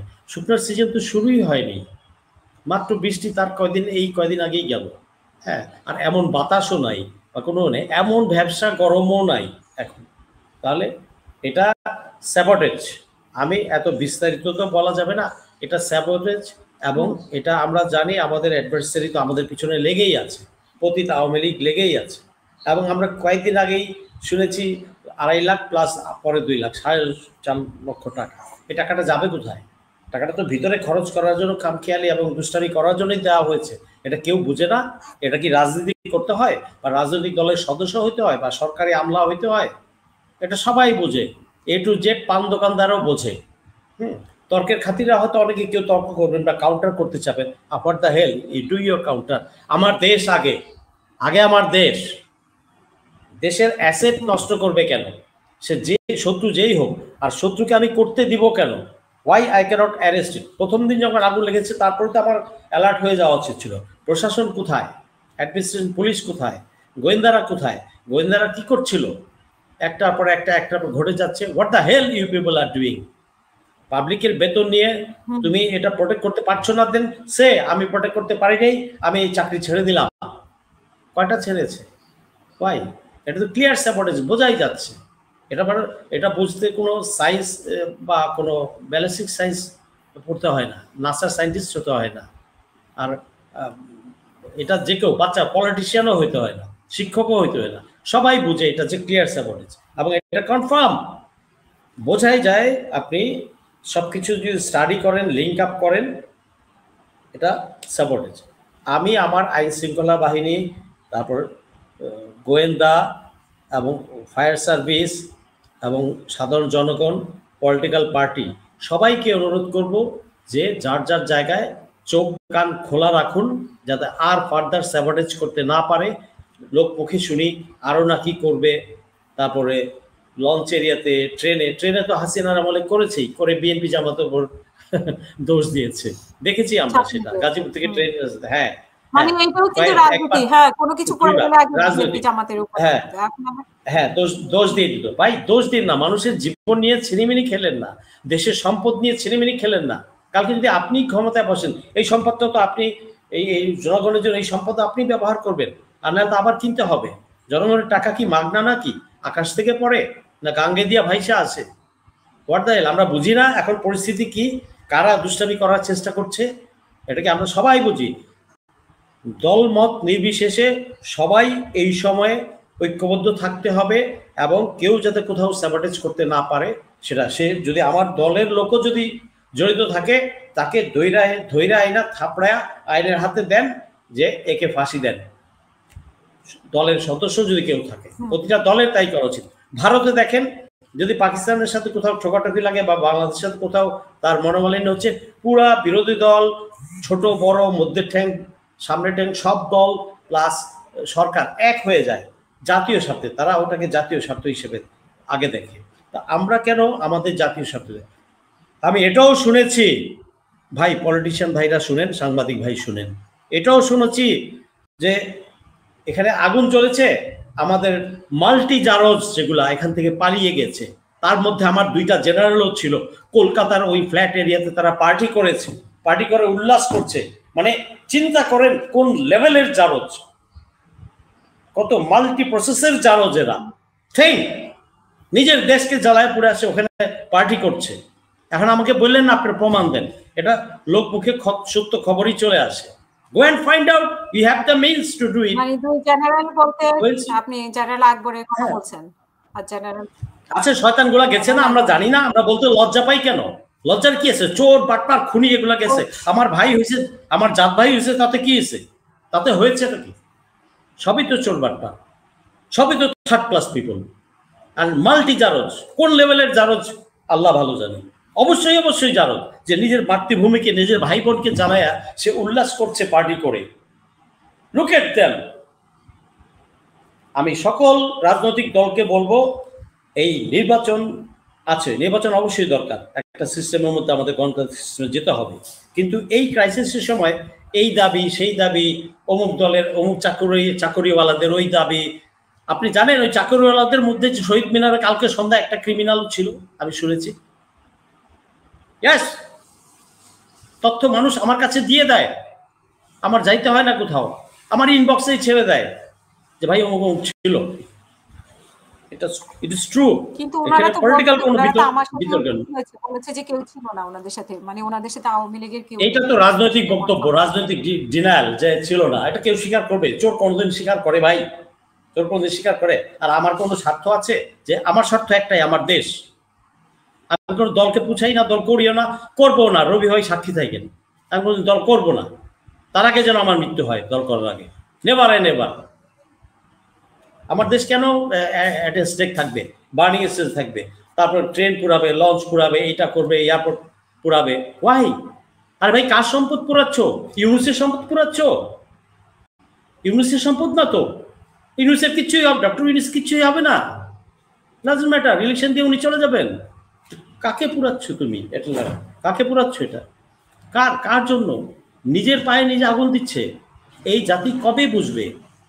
আমার দেশের সবগুলো পলিটিক্যাল ইনস্টিটিউশনকে আমি বলবো, please come back to the line. আগে দেশ রক্ষা করেন, নাহলে কোথায় এমপি হবেন, কোথায় মন্ত্রী হবেন? ভোট করে আপনি, হ্যাঁ, কার ভোট চাইবেন? জনগণকে মেরে ফেলতেছে। এই যে কতগুলা কপাল ভালো, ছুটির দিন ছিল এয়ারপোর্টে, নাহলে আরো হতাহত হইতো, মানুষ মারা যেত। মানুষের জীবন নিয়ে খেলবেন না প্লিজ, আর দেশের সম্পদ নিয়ে খেলবেন না। এখন বলা হচ্ছে যে আরো আরো আরো অনেক কিছু নাকি পড়া যাবে, মানে এরকম। হ্যাঁ, এরকম শুনছি, মানুষ বলছে যে আরো স্যাবোটেজ করবে, কারণ 4.5 লক্ষ কোটি টাকা তো আসছে। তারপর বর্ডার, আরেকটা জিনিস, BOP, BGB, police, DB, SB, সবাইকে আমি বলছি, পলিটিক্যাল ভাইদেরকেও বলছি, যার যার এলাকা গার্ড করুন। এই যে 2.5 লক্ষ কোটি টাকা নাকি ঢুকবে, জাল টাকা, কিছু কিছু ঢুকেছেও নাকি, তো বড় বড় চালান ঢুকবে। এটা দিয়ে আপনি দোকানে মাল কিনবেন আর পলিটিক্যাল ওই কর্মীদের ডাক দিবেন, আই মিটিং করে জাল টাকা দিয়ে। Are you encouraging that? তাই যদি না করে থাকি, না করতে চাই, দেশের অর্থনীতি ইনফ্লেশন ডাবল করে দেবে। 2.5 লক্ষ কোটি। আমার বাজেট কত বাৎসরিক? 6 লক্ষ 7 লক্ষ কোটি। 2.5 লক্ষ কোটি টাকা করতে 1/3 বা হাফ কাছাকাছি তো আমার বাজেটের পরিমাণ। Do you understand? তাহলে কোথায় যাবে? এটা কি কারো সেন্স আছে, কারো খেয়াল আছে? দেশ নিয়ে কেউ ভাবে না, সবাই বলে পিআর সিআর, কেটে এইটা চাই, ওইটা চাই, ওইটা হবে, ইউসাব এটা দেয় না কেন, ওইটা কেন। আরে ভাই, তোর নিচে পায়ের তলায় তো মাটি থাকছে না, তারপরে তো তুই করবি। তাহলে কি জন্য? ওয়াই? বিচারটা হতে দিবে না। বিচারটার জন্য কি এত আগুন লাগাচ্ছে? মানুষ কিন্তু অনেক কিছু রিলেট করে, চিন্তা করে। বিচার থামাতে পারবে? আইনের খাতায় যেটা একবার নোট হয়ে গেছে, ওইটা আইনি প্রসেসে চলতেই হবে, এটা থেকে কেউ মাপ পাবে না। আর এতগুলা পালায় গেল কিভাবে? আমার জাত ভাই কিভাবে গেল? 626 জন কিভাবে গেল? এর জবাব কে দিবে? এদেরকে আইনের আওতায় কে আনবে? They have to be brought under trial. এদেরকে আইনের আওতায় আনতে হবে। আমরা কি এই করব, মারামারি, কাটাকাটি, পলিটিক্যাল বক্তব্য দিব, যদি পরে এর দোষ ধরবো, ও মসজিদে ঢুকতে দেয় নাই, ও কোরআন পড়তে দেয় নাই, এই করে করে এটা তো আমরা গত 40 বছর যাবৎ করে আসছি। Come out from this. এর থেকে বের হয়ে আসেন। আমরা সবাই সাংবাদিক জায়গায় কাজ করবে, আমি আমার জায়গায় করবো, রবি ভাইয়ের জায়গায় কাজ করবে, আমলা জায়গায় কাজ করবে। আমাদের সবাইকেই দেশের স্বার্থে একটা জায়গায় এসে মানে সুষ্ঠু ব্যবস্থা তৈরির জন্য কাজ করতে হবে, নাহলে আপনার সন্তান কোথায় থাকবে? আজকে কেন আমার ইমরান ভাই বাইরে? ওয়াই? সে তো সব করে যান নাই, তাই না? এরকম আরো হাজার হাজার আছে। আমার কথা হচ্ছে ভাই, আমি তো কারো, সরি, কাজল ভাই, হ্যাঁ কাজল ভাই, শফিকুল ইসলাম কাজল ভাই। হ্যাঁ, তো ওই আমরা তো কেউ কারো শত্রু না রে ভাই। আমি হয়তো দুইটা খেপে কাজল গিয়ে ভাই আপনাকে মনে দুইটা হয় বকা বের দিলাম, হবে। তার মানে তো এই না যে আমি আপনার শত্রু। আমি আপনার দুইটা করার কথা বললাম যে তার মানে আপনি আমার জানের শত্রু, তাই তো না? তাই না? আমরা জি, একই জাতি, অসংখ্য একই ধন্যবাদ। খাদ্যাভ্যাস, একই ধন্যবাদ ভাষা। আপনাকে তো আবার। আমাদের সবাইকে সহনশীল হতে হবে এবং দেশ রক্ষার্থে, দেশের আইন শৃঙ্খলা রক্ষার্থে সবার কাজ আছে। আমি বলে দিয়েছি কিন্তু অনেক কিছু। বর্ডার দিয়ে টাকা ঢুকবে, স্যাবোটেজ আরও করতে চাইবে, অলরেডি বিভিন্ন নিউজ আসতেছে। তো অতএব গার্ড এগেনস্ট ইট। আর যে দায়িত্ব পালন না করবে সবাই তো জনগণের 18 কোটি চোখ, তো 18 কোটি ক্যামেরা, 18 কোটি মোবাইল হাতে, আলাদা সাংবাদিকও দরকার নাই। আমরা যদি চাই, যার যার পাড়া মহল্লায় যে যে দপ্তরে, অফিসে, ফ্যাক্টরিতে কাজ করছেন সবাইকে, শিল্পপতিদেরকে বলবো আপনাদের শিল্পগুলা গার্ড দেন। কেপিআই গুলাকে বলবো, কেপিআই এর অধিকর্তা বা সিনিয়র কর্মকর্তা যারা আছেন, ফাইন্ড আউট, গার্ড দেন। আপনার ভিতরের লোক জড়িত হওয়া ছাড়া কিন্তু স্যাবোটেজ করতে পারবে না। সো ফাইন্ড আউট, আপনার মনিটরিং বাড়ান, এটাই করেন। আর এইখানে কোনো পলিটিক্স আনবেন না কেউ। এই ওর দোষাদোষী, এ হইলো না, ওই করলো না, এই সমস্ত বস্তা পচা ওই ওর কথাবার্তা এগুলা বাদ দিয়ে আমরা সামনের দিকে তাকাই এবং কিভাবে দেশটাকে সামনের দিকে নেওয়া যায় সেটা করেন। কয়েকটা দিন আপনি নির্বাচন প্রচারণী বন্ধ রাখেন না, কি আছে? একজন আরেকজনকে গালি না গেলে কি পেটের ভাত হজম হয় না? এই মারামারি কাটাকাটি আবার রেষারেষি জন্ম দিতে চাই না আমরা। জি, ধন্যবাদ। আসসালামু আলাইকুম। অসংখ্য ধন্যবাদ। আমি রবি ভাই আপনার অনুমতি নিয়ে কাজল ভাইয়ের একটু বক্তব্য শুনি। কাজল ভাই বাইরে যাবেন মনে হয়। জি প্লিজ। বলেন কি জানতে চান, বলেন, আমি একটু বলি। হ্যাঁ, আপনি একটু বলেন, আপনি যেটা বলতে চান, রাজনীতি নিয়ে বলতে চান বা গুম নিয়ে বলতে চান বা নাশকতা নিয়ে বলতে চান, না আপনি না আপনার না, চয়েস দেশে যে প্রতিদিন যে দুঃসংবাদ, এটা হলো দুঃসংবাদ দেশের মানুষের জন্য। কিন্তু ইন জেনারেলি যদি আমরা যাদেরকে জনগণ বলছি, জনগণরা খুব সংকটের মধ্যে আছে।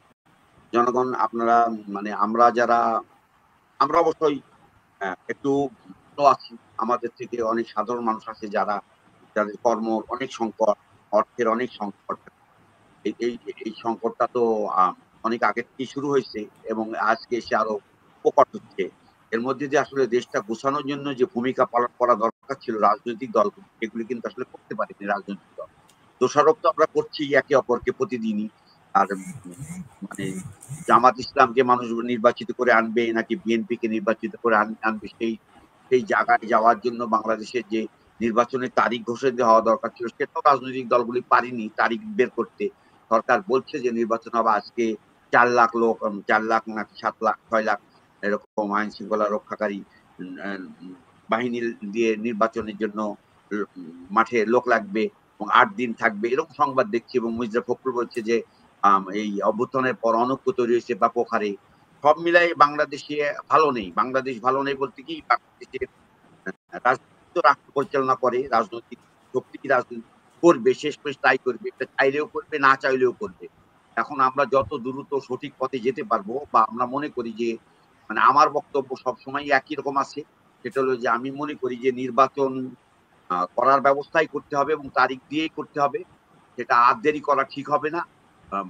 এবং রাজনৈতিক দলের উপরে আপনি যেহেতু আপনারা এত তাড়াহুড়া করছেন, আমার বিচার কালকেই হয়ে যাবে বা কালকেই করতে হবে। আমি মনে করি যে কোনো রাজনৈতিক দল যখন পাশে চেয়ারে বসবে, তখন যদি জনগণ চায়, জনগণ যদি এটা মনে করে যে বিচার হওয়া দরকার, তাহলে জনগণ সংগঠিত হয়ে এটা বিচারের জন্য দাবি দিয়ে রাখবে বা ধারাবাহিকভাবে বজায় রাখবে। কিন্তু তার মানে এই না যে স্বাভাবিক ক্রিয়া বন্ধ করে দিয়ে সেটা করতে হবে। আইন শৃঙ্খলা পরিস্থিতি একেবারেই পঙ্গু। সবাই অপেক্ষা করছে যে বিএনপি ক্ষমতা আসবে বা জামাত ক্ষমতা আসবে, যেটা পার্টি সবাই পজিশন নিয়েছে। এখন এই পজিশন থেকে আপনি বের করতে পারবেন না চাইলেই।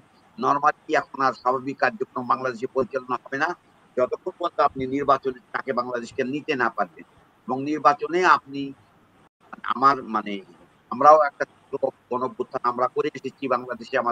আমাদের জীবদ্দশায় অনেক পরিবর্তন দেখেছি, আমি 5 বার পরিবর্তন দেখেছি।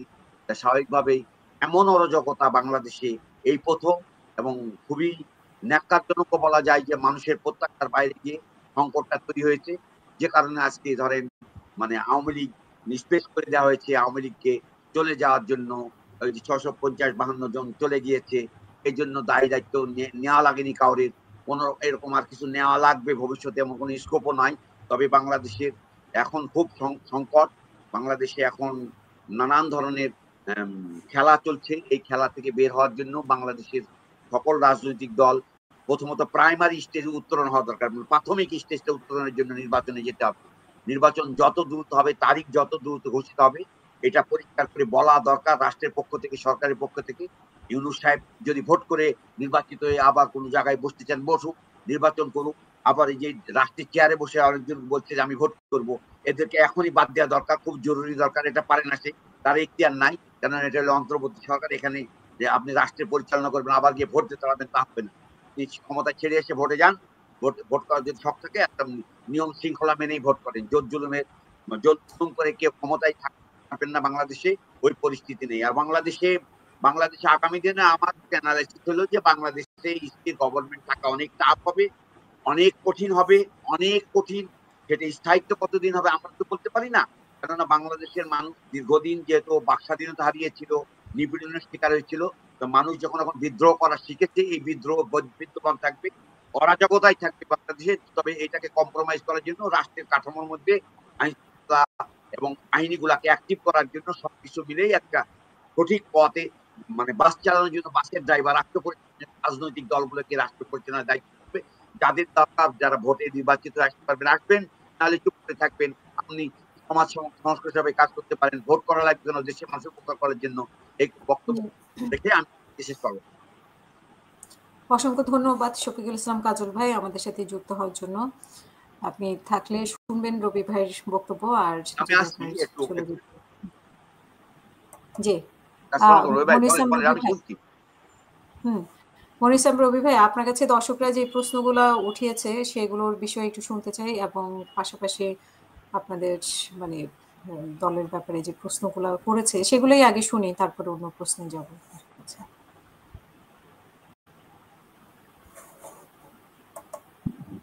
দর্শকরা প্রশ্ন করবেন, ওনারা জবাব চাইবেন, এটাই নিয়ম। সে ক্ষুব্ধ হতে পারে, সে অন্য দলের হতে পারে, ভিন্ন মতের হতে পারে। যদি সে একজনও হয় তার মতকে আমি প্রাধান্য দিই, যদি সেটা সত্য। যদি অসত্য অখণ্ড বক্তব্য এনে আপনাদের মিডিয়াতে প্রচার করে কোনো ব্যক্তি বা কোনো দল বা কারো গোষ্ঠীকে হেয় প্রতিপন্ন করে, এটা কিন্তু আমাদের কারোর জন্য কাম্য নয়। কেউ যেন আমরা না, আপনি একজন হতে পারেন, আপনার মত যদি সত্য হয় আমি সেলুট জানাই, আপনাকেও আমি সত্য। মসজিদ নিয়ে যে প্রশ্ন করেছেন সেটা তো আমি আমার প্রথম বক্তব্য বলছিলাম, আমার ভাইরা শুনে নাই, তাহলে মনে হয় আমাকে আর প্রশ্নটা করতেন না। আমি বলছি জামাতের দায়িত্বশীল চিঠি দিয়েছিল যে মসজিদের মধ্যে কোনো রাজনৈতিক আলোচনা করা যাবে না। বাড়িদারার খতিব সাহেব চিঠিটা ছিঁড়ে ফেলাই দিয়েছিলেন। আর তারপরেই নোয়াখালীতে ঘটনাটা ঘটছে। কারণ হলো স্ববিরোধী। ওনারা বলবেন মসজিদে আপনি রাজনীতি করতে পারবেন না, কিন্তু উনি করলে সেটা জায়েজ, এটা ঠিক না। দেখেন, আমি যে ওনাদেরকে বলি, আমরা যে কোরআন থেকে ব্যাখ্যা দিতে চান, ওনারা যে কোরআন বুঝাইতে চান, এই যে দেখেন তাপ ইমন কোরআন, এটা সাইদি সাহেবের কোরআনের তাফসির, এটা চতুর্থ খণ্ড। দেখেন এই চতুর্থ খণ্ডে কি লিখছে দেখেন, উনি যে তাফসির করছে সেটা একটু কইরা ওনাদেরকে শুনাই। ওনারা তো আমাদেরকে গালাগালি করে, এই জন্য শুনাই। এটা হলো আপনার সূরা আল আরাফে একটা আয়াতের ব্যাখ্যা দিচ্ছেন। সেই ব্যাখ্যাটা হলো আখিরাতে সরাসরি রিসালাতের ভিত্তিতে জিজ্ঞাসাবাদ অনুষ্ঠিত হবে। নবী এবং রাসূল যাদেরকে আল্লাহ পৃথিবীতে পাঠিয়েছেন, যে কাজের জন্য পাঠিয়েছেন তা সম্পূর্ণ হয়েছে কিনা তাদেরকে মিজানের পাল্লায় ওঠানো হবে। এটা উনি বলতেছেন, উনি এটা ব্যাখ্যা দিচ্ছেন। মিজানের পাল্লায় উঠানো হবে, যুক্তি তর্ক পেশ করা হবে। যদি পাল্লা ভারী হয় তাহলে বেহেশতে যাবে, আর যদি পাল্লা ভারী না হয় তাহলে কি করবে? তারা আক্ষেপে, লজ্জায়, অনুতাপে, কপাল চাপড়াইতে চাপড়াইতে জাহান্নামের পথে এগিয়ে চলা ছাড়া কিয়ামতের দিন এই নবী রাসূলদের কোনো পথ খোলা থাকে। এই দেখেন, চ্যালেঞ্জ করলে কেউ চ্যালেঞ্জ করবে। আমি সূরা বলে দিছি, ওনার তাফসীরও বলে দিছি। আমরা এতদিন পর্যন্ত জানি এবং কোরআন বা আমাদের চাই আমরা যতটুকু জানি শিখছি যে আমার নবী হলো একমাত্র নবী, যিনি কিয়ামতের মাঠে আখিরাতের মাঠে উনি বলবেন ইয়া উম্মতি ইয়া উম্মতি। উনি সকল উম্মতের জন্য উনি দাঁড়াবেন সেখানে ঢাল হিসাবে আল্লাহর সামনে। আর উনি বলছেন নবী এবং রাসূলদেরকে মিজানের পাল্লায় উঠানো। আমরা এখন তার মানে রাজনৈতিক আলোচনায় আসি। এখন যদি না রাজনৈতিক না, না মানে এটা নিয়েই তবে গ্যাঞ্জাম হচ্ছে, এটা নিয়ে গ্যাঞ্জাম হচ্ছে, এই জন্যই এখন বলছি। এটা নিয়ে ওনারা না বলছে না যে এই ইসলাম জন্যই না না রাজনৈতিক আলাপ আমি করবো না। তো রাজনীতিতে রাখেন নাই তো আপনারা তো ধর্ম টেনে নিয়ে আসেন, ইসলাম টেনে নিয়ে আসেন। ইসলামকে আপনারা এই শিক্ষা দিচ্ছে, আর এই শিক্ষা আমি গ্রহণ করব? আমার নবীরে যে ইয়ার মিজানের পাল্লায় উঠানো হবে, যদি বার হয় পাল্লা তাহলে উনি বেহেশতে যাবে, আর যদি বার না হয় তাহলে উনি কপাল চাপড়াইতে চাপড়াইতে দুজকে যাবে। উনি এটা শিখাবে আর আমি এটা শিখবো, আর এগুলি মসজিদের মধ্যে বলবে আর আমাদের জনগণ শিখবে। কষ্টই ওঠে না। চ্যালেঞ্জ করে বললাম, আসেন যে কোনো মুক্তি আসেন, মালানা আসেন, চ্যালেঞ্জ করলাম, আসেন পড়েন, ব্যাখ্যা দিয়ে যান যদি পারেন।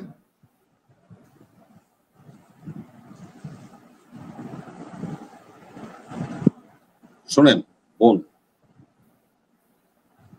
আমরা এই দেশের মানুষ পীর আউলিয়া গাউস কুতুবদের মাধ্যমে ইসলামে দীক্ষিত হয়েছে। জানেন এই ভাটির অঞ্চলে হযরত শাহজালাল, শাহপরান, মখদুম শাহ, ওনাদের মতো লোকেরা এসে এখানে ইসলাম প্রচার করছে, আমরা ইসলাম গ্রহণ করছি। আজকে আপনারা মাজার ভেঙে দিবেন, আপনাদের তাদের মাজার ভেঙে দিবেন। যেখানে দাঁড়িয়ে আজকে বক্তৃতা দেন বাইতুল মুকাররমের দক্ষিণ গেটে, তার 100 গজের মধ্যে ঢাকা ক্লাব, যেখানে কি হয় আপনার এই আমি টকশোদার বলতে চাই না, ঢাকা ক্লাব এলিটরা ওখানে বসে সারা রাত কি করে। সাহস থাকলে যান, গোলাপ শাহর মাজার ভাঙার হুমকি দিবেন, ঢাকা ক্লাব ভাঙতে যাবেন না। গোলাপ শাহর মাজারে কি মদ খায়, গাঞ্জা খায়, নাচানাচি করে, ডলাডলি করে, জুয়া খেলা হয়, জুয়ার কোট আছে, ক্যাসিনো আছে, সেটা ভাঙতে যাবেন। যেখানে সর্বনিকৃষ্ট ইসলামের কাজগুলি হয় ঢাকা ক্লাব, সেখানে যাওয়ার সাহস মাসুদ সাহেব আপনার নাই। হুঙ্কার টুঙ্কার আমাদেরকে দিয়েন না, এই সমস্ত বোকাস হুঙ্কার দিয়া দেন। এই যে আজকে এই যে আপনাদের পরম মিত্র মনে করেন আমাদের জুলাইয়ের যোদ্ধারা, নাহিদরা, আসনাদরা, তাদেরকে কোথায় ফেলাই দিয়েছেন? সর্বনাশ করে দিয়েছেন। এই জুলাই সনদ তো তাদের মাত্র দাবি। এই 24,000 যারা নাকি হাত পা হারিয়েছেন, যে 2,200 লোক আমাদের প্রাণ দিতে হয়েছে ছাত্র জনতা, তাদের জন্যই হলো এই জুলাই সনদ। এই জুলাই সনদের স্টেক হোল্ডারকে, 1 নম্বর স্টেক হোল্ডার হলো ছাত্ররা। এই নাহিদরা, হাসনাত ছাত্রীরা হলো 1 নম্বর স্টেক হোল্ডার। তারা আহ্বান করছে দেখে আমার মা রাস্তায় নামছে, আমার বাবা রাস্তায় নামছে, অটোওয়ালা, রিক্সাওয়ালা, গরু গাড়ি, ঠেলা গাড়িওয়ালা, গার্মেন্টস এর লোকেরা, শ্রেণী পেশার, সাংবাদিক, বুদ্ধিজীবী, সবাই রাস্তায় আসছে। তাহলে 1 নম্বরে স্টেক হোল্ডার কে? স্টেক হোল্ডার তো এরা। আজকে তারাই এই সনদে সই করতে দেয় নাই তাদেরকে, এমন চক্রান্ত করেছে, যার চক্রান্তের ফলশ্রুতিতে আজকে নাহিদরা মুখ খুলতে বাধ্য হয়েছে, আর কথা বলতে বাধ্য হচ্ছে। বিপদগামী করার জন্য সকল চেষ্টা এরা করে থাকে ইসলামের নাম। আসলে তারা নিজেরা কোনো ইসলামে মানে না। তারা বলে, এই যে আমি পইরা তো শুনাইলাম, যে রিসালাতের যে ভুল করছেন নবী, এটা জন্য ক্ষমা মানে না, সেটা তাদের ইয়ে। তাহলে তাদের ওই ইসলাম নিয়ে আমার গ্রামে মসজিদে উনি বগর বগর করবো, শিক্ষা দিব, এটা মানবো নি কেন? সেটার বিচার তো আর আমরা করতে বসি নাই, বা আমরা এটা নিয়ে আলোচনাও করতে পারি না। না না না, আপনি ইসলামের অপব্যাখ্যা দিয়া ইসলাম প্রচার করবেন, আমি তো এটা মানবো না, আমি মানবো না। আসেন, চ্যালেঞ্জ না, করলাম তো, ওনার মুক্তি মালানা একটা করে দলই নিয়ে এসেন ইসলাম একদিন, মানে কি মানে না ওনাদের সাথে সেটা বসবো, নিয়ে আসলে ঘন্টা পর ঘন্টা ডিবেট করবো, অসুবিধা কি? ওনারা শুধু ওই এখানে আরবিতে লেখাপড়া করতে বিতর্ক থাকতে পারে, এগুলি কিছু আইনে দ্বিমত আমাদের থাকতে সামনে পারে, হাজির করলে কিন্তু আমরা বুঝলাম না, ফার্সিতে কয়ে গেলেন আমরা বুঝলাম না, এত বড় ব্যাকল না। আমাকে আল্লাহ কিছু মানে জ্ঞান দিতে, আমরা দ্বিমত থাকতে পারে, অনেকের বক্তব্যে দ্বিমত থাকতে পারে, কিন্তু সবার ইসলাম নিয়ে কথা বলাটা আমি তো কিন্তু আগেই বলে নিলাম ভাই, আপনার যদি একাও হন, আপনি আমারে দ্বিমত করেন, আপনি যদি একাও হন তাও আমি আপনাকে সেলুট করি, এটা তো আমি আচ্ছা, বলেই এখন গেছিলাম, আপনাকে এটা কি আবার প্রশ্ন নতুন করে করছে যে বানানোর ইকবাল দরকার নেই। করিম ভূঁইয়া সাবেক সেনাপ্রধান যে কথা বলেছে সেই কথার সাথে মানে সেই কথার ব্যাপারে কিছু শুনেন, বলবেন আপনি কিনা? এই যে সেনাবাহিনীর লোক বসে রয়েছে, আপা সেনাবাহিনীর লোক বসে রয়েছে, ওনারা সত্য কথা উনি তো কয় না। বলছে যে ইকবাল করিম ভূঁইয়া তার নিজের মতামত আমি আমার জানাইছে, কথা কিন্তু শুনেন, আপনার শুনেন, সত্য কথা বলে না। বিডিআর বিদ্রোহে 57 জন অফিসার হত্যার পরে এই মঈনুদ্দিন অফিসার অ্যাড্রেস করছিল ঢাকা ক্যান্টনমেন্টে, এই হাসিনা মতিয়া চৌধুরীরা এখানে উপস্থিত ছিল, সেখানে জুনিয়র অফিসাররা প্রতিবাদ করছিল, 50 জন অফিসারকে কোর্ট মার্শাল করে বিভিন্ন সাজা দিয়ে জেলখানায় পাঠাচ্ছে এই হাসিনা। বিএনপি এবং জামাত জোট সরকার 2001 থেকে 2006 সাল পর্যন্ত যাদেরকে চাকরি দিয়েছিল এই সেনাবাহিনীতে, 400 অফিসারকে সে চাকরিচ্যুত করেছে, বাইর করে দিছে গান করে, এই সেনাবাহিনী থেকে বাইর করে দিছে, 400 অফিসার বাইর করে দিছে।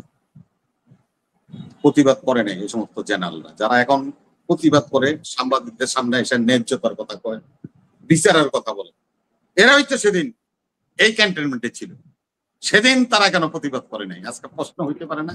তারা বলছে যে আয়নাগর কে বানাইছে? হাসিনা বানাইছে। ভালো কথা, আয়নাগর হাসিনা বানাইছে। আয়নাগরের আলামত আপনি নষ্ট করলেন কে? যদি আপনার এই প্রশ্নটা করি জানাল সাহেব, এটা তো সিভিলিয়ান জায়গা না যে রবির বাড়ির ভিতরে আয়নাগর, রবিরে খুয়া আলামত নষ্ট করে দেন, এটা তো ক্যান্টনমেন্ট। এটা তো কেউ ইচ্ছা করলে আলামত নষ্ট করতে পারবে না, কোনো সন্ত্রাসী যে এটা করতে পারবে না। আলামত আপনি হাসিনার কথাই কইতেন যে হাসিনা আয়নাগর বানাইছে, তাহলে আপনি আলামত নষ্ট করলেন কেন? গুম খুনের আগে তো এই আলামত নষ্ট করার বিচার হওয়া উচিত। 153টা বিনা ভোটের এমপি, ওটাও বলেন ভাই আমি এগুলি কোন নামের মধ্যে আইনি। স্পিকারের সামনে সংসদে এক এমপি কয় এগুলি নিয়ে কথা কয়ে নিজের মান সম্মান আরাম মনে কি? এগুলি কি এমপি? আমি সে কথা যাইতে চাই না। আমি বলছি যে এই যে কাজল ভাই এখানে বসে আছে, 2টা গুম করছে আর্মি ওরিয়েন্ট, যেরকম মনে করেন এই যে কর্নেল সাহেবরা আছে, ওই যে হাসিনুর বেড়ে ব্রিগেডিয়ার আসবেন, তাদের জন্য একটা জায়গা ছিল গুম করে তাদেরকে রাখতো। আরেকটা জায়গা হলো উত্তরাতে, যেটা র্যাবের হেডকোয়ার্টার, যেখানে নাকি এই কাজল বাইরে রাখছে। র্যাবের হেডকোয়ার্টার আন্ডার পাশে আরেকটা গুম ঘর ছিল, সেটা আপনারা তদন্ত করেন নাই, মামলা তো উল্লেখ করেন। এখন ধরেন সত্য তর্ক করি, এই জন্যই বলছি, আমার ভাইরা তো অনেক কথা বলে, দর্শক ভাই শুনেন। 1 মিনিট শফিকুল ইসলাম কাজল বাইরে যে নাকি ময়লা পানি খাওয়াইছিল, সে অফিসার এখন আইসিটিতে আইসা বলতেছে যে আমি রাজসাক্ষী হব। রাজসাক্ষী কি হইলে সে বেঁচে গেল, সে জেনে যে ময়লা পানিটা ওনারা খাওয়াইছিল। এই শফিকুল ইসলাম কাজলকে মন থেকে ওই ক্ষমা করতে পারবে? আপনার এই পাওয়ার কে দিছে? রাজসাক্ষী কেন বানাইছেন? একজন পুলিশের প্রধান আইজি কর্মরত অবস্থায় 2400 ছাত্র জনতা হত্যা করছে, তাকে আপনার রাজসাক্ষী বানাইতে পারেন? এই আইসিটি তার একটা ঘটনা ঘটেছে, কাজল আরেকটা ঘটনা ঘটেছে, যে বৃদ্ধ 80 মহিলা যারা সক্ষম না কোর্টে আসতে, ভার্চুয়ালি তাদের হাজিরা নেওয়া হবে।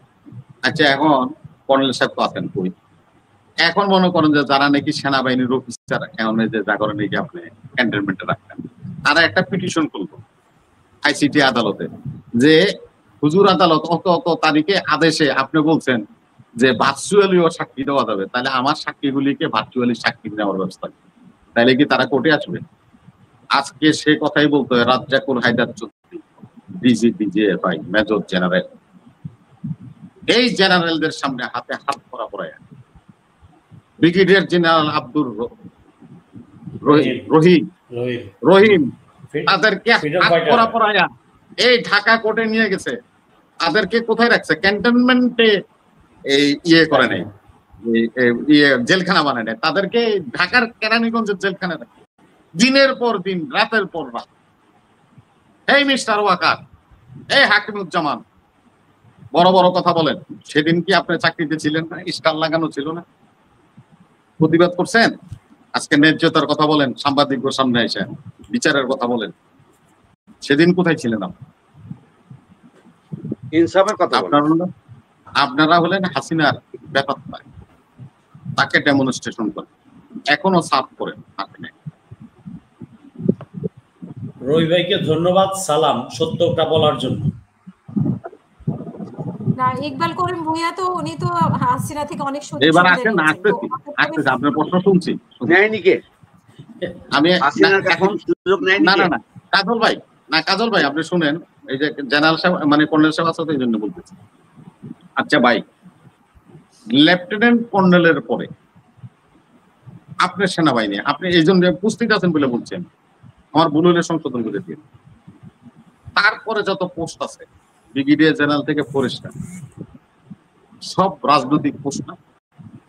বলেন আপনি, রাজনৈতিক সহযোগিতা না থাকলে কেউ কি ওই সমস্ত পদে যেতে পারে? সেটা যে দলেরই, বিএনপি বলেন, আওয়ামী লীগ বলেন, যে দলই বলেন, রাজনৈতিক কমিটমেন্ট না থাকলে ব্রিগেডিয়ার জেনারেল হতে পারবেন। আপনি পারেন নাকি? আপনি চলে আইছেন, কারণ আপনার মামু দূর ছিল না, মামু ছিল না, হাই হেলো করেন, এই জন্যই লেফটেন্যান্ট কর্নেল থেকে বাড়িতে গেছেন। ব্রিগেডিয়ার থেকে ফরেস্টার জেনারেল সব রাজনৈতিক পোস্ট। মিস্টার ইকবাল করিম সাহেব, আপনাকে আমি বলি, আজকের এখান থেকে বলি, একজন আপনার কলিগ আমার সামনে আছে। 2012 সালে আপনার সেনাবাহিনীর প্রধান হয়েছিলেন রয়ের সার্টিফিকেট। 2015 সাল পর্যন্ত আপনার সেনাবাহিনীর প্রধান ছিলেন ইকবাল করিম ভূঁইয়া সাহেব। এটা পলিটিক্যাল পোস্ট।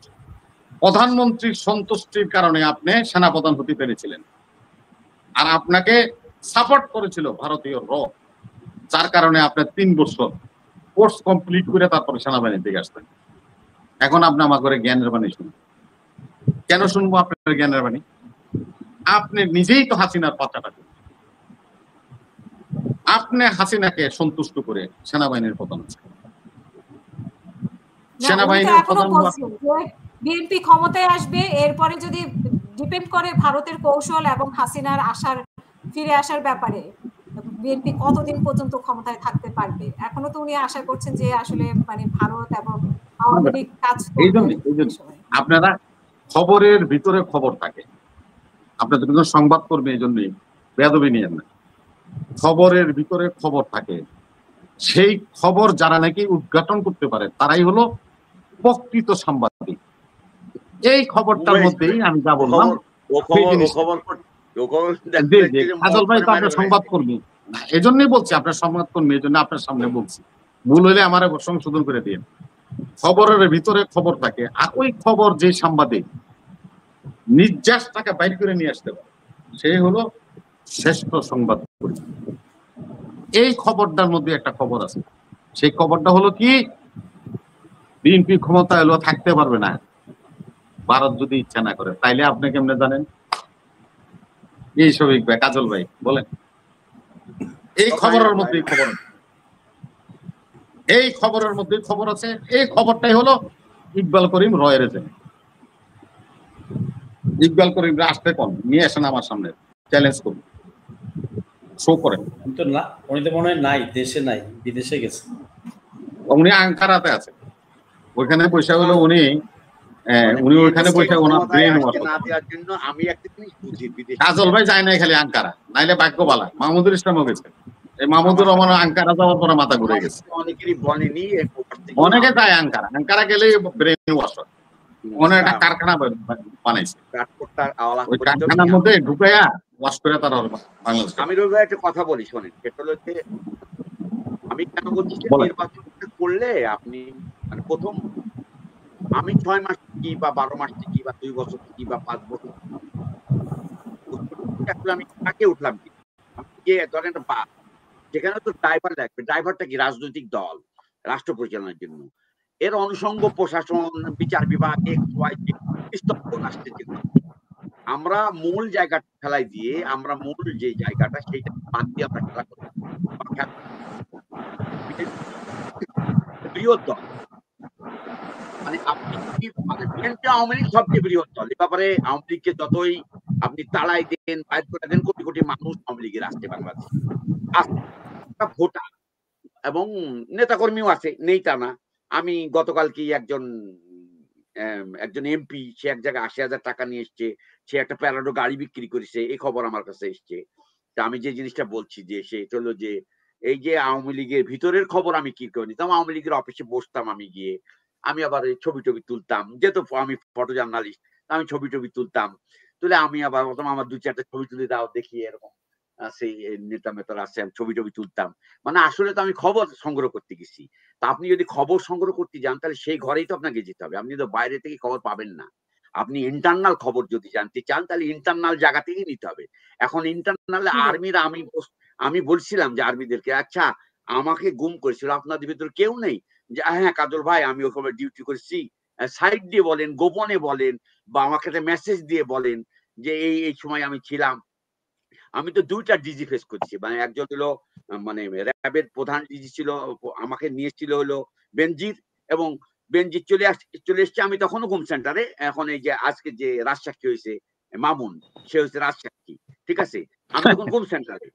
আমার বক্তব্য যে আমি তো ২টা ডিজি ফেস করেছি, মানে ফেস করছি কেমন করে, যে আমি তো আমার টাইমটার ভিতরে ২জন ডিজি, একজন আবার পুলিশের মহাপরিচালক হয়ে গেছে, আর একজন হয়ে গেছে র্যাবের ডিজি, ঠিক আছে।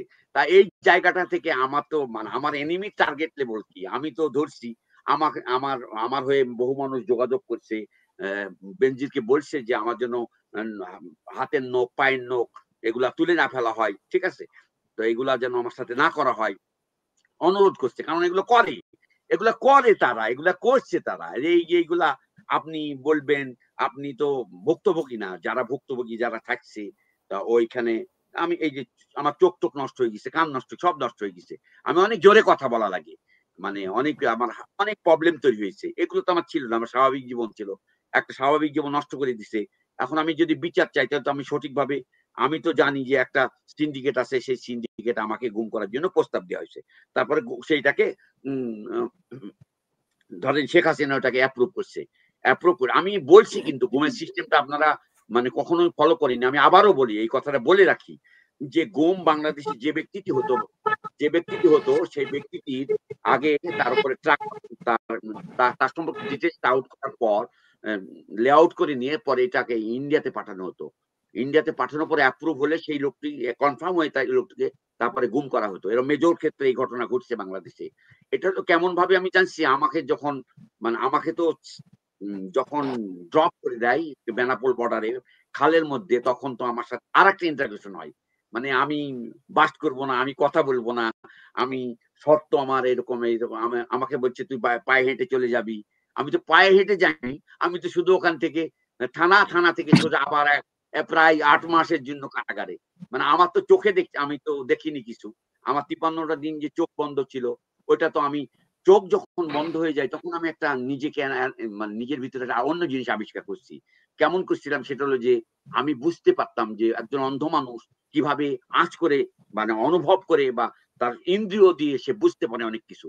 তো এগুলো আমি ধরেন বুঝছি, আমি যেহেতু সাংবাদিক, আমার ভিতরে তো ওখানেও তো কাজ করছে ব্রেনটা আমার, যে এখানে কি হয়, এটা তো আমার জানার আগ্রহ হয়েছে তো ভিতরে, যে আসলে ৮-১০ জনের মতো আমি গুম খেতে এসেছি এরকম না, আমার অনেক আগ্রহ ছিল, যেহেতু আমি সাংবাদিক, আগে গুম যারা হয়েছে তাদের পিছনে ধাওয়া করছি, আমি নিজে গুম হয়েছি, অদ্ভুত ব্যাপার না এগুলা, সব মিলাই একটা জিনিস আপনাকে বুঝতে হবে যে মানে এই গুমের ট্রমা বা এই যে ট্রমার মধ্যে যারা চলে যায়, আমি কিন্তু ট্রমার মধ্যে থাকি, কেমন রাতে আমার কিন্তু ঘুম হয় না, রাতে আমি সবসময় আমার ভিতরে একটা ভয় কাজ করে, খুব ভয় কাজ করে, কেমন কেউ যেন মেরে দেয়, কেউ যেন মেরে ফেলবে, এরকম একটা আতঙ্ক। এটা আবার আমাকে বাইরে নিয়ে গেছে, বিভিন্ন সময় বাইরে নিয়ে গিয়ে ক্রস ফায়ার করবো বা এরকম অর্ডার আছে, এরকম একজন ভীতির মধ্যে নিয়েছে। এটাও তো ওখানে তো যারা ছিল তারা তো এখন বাইরে, আমাকে যারা তুলছে তারাও কেউ বলে না, অন্তত ইশারায়ও বলে না যে এই অফিসাররা ছিল, আপনাকে ইন্টারভিউশন করছিল, এই আপনারা মার দিছিল নামাজের সময়, এই আপনাকে এই করছে, এগুলো তো বলা উচিত মানুষ হিসাবে। এখন পর্যন্ত ওই সৎ সাহস পর্যন্ত বাংলাদেশের মানুষের তৈরি হয়নি। আমার মানে আফসোসটা আপনি এখানে কি যে জানেন আপনি যে আমার প্রোগ্রামে বলেছিলেন অনেক বছর আগে যে আপনাকে নামাজের সময় মারছে। হ্যাঁ? সেটাই তো তো সেটাই তো ওটা তো আপনি কি আমি জানেন আমি সে ছিলাম, কে? কাজল ভাইয়ের সাথে ওই আমি ছিলাম। পিছনে হুম, হ্যান্ডকাপ চোখ বাঁধা। আমি যখন তার চোখ সিজদা বাঁধা। দিছি দম করে পড়ে গেছি আর কি। পড়ে গিয়ে তো অনেক সাউন্ড হইছে। হুম। তো আমার তো ফেটে গেছে সাথে সাথে নাক মুখ। তো তখন মানে আরেকজন এসে গলার মধ্যে ধম করে সেই দরজাটা খুলে এসে লাথি মেরে দেয়। তো এটা মানে এটা তো জানে এটা ডিউটি কে ছিল বা কারা ছিল এগুলো জানে না তারা। এগুলো তো জানে। এগুলো তো মানে আমার কাছে না অনেক মানে আমি আমি এই জন্য বিচারটা দিচ্ছি আল্লাহর কাছে জানেন যে আমি দেখছি যে আমাকে নিয়ে যারা সিনেমিনি খেলছে বা আমার জীবন যারা নষ্ট করছে তাদের শাস্তি তো আল্লাহ 100 গুণ বেশি দিছে। 100 গুণ। এখন পর্যন্ত যদি কেউ বাইরে থাকে তাদের শাস্তি হবে। আমি মনে করি আমি আমি যেহেতু দুর্বল মানুষ আমার তো এরকম বড় শক্তি নেই মিছিল মিটিং করবে আমার জন্য আমার ঘুমের বিচার চাইবে বা অমুক তমুক এজন্য আমি ভয় পাইনি কিন্তু আমি ভয় পাইনি মানে আমি ঘুমটা ভাঙানোর জন্য ঘুমের ভয় ভাঙানোর জন্য মানুষকে আমি কথা বলছিলাম।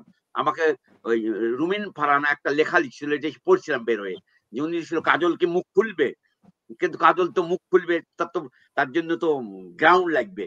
তারপরেও আমি মুখ খুলে দিচ্ছিলাম আর তারপরে আমি বলেছিলাম যে এটা শেখ হাসিনার পারমিশনেই সব গুম হয়। শেখ হাসিনার সাইন লাগে। ভাই এটা একটা সিস্টেম আপনি যত কিছুই বলেন অথবা একজন দায়িত্বপ্রাপ্ত থাকে যে গুম সেন্টার বা ক্রস ফায়ারের জন্য একটা নির্দিষ্ট ব্যক্তি সেই হলো অথেন্টিক যে যার অর্ডারেই ঘটবে যার অর্ডারে ঘটবে না।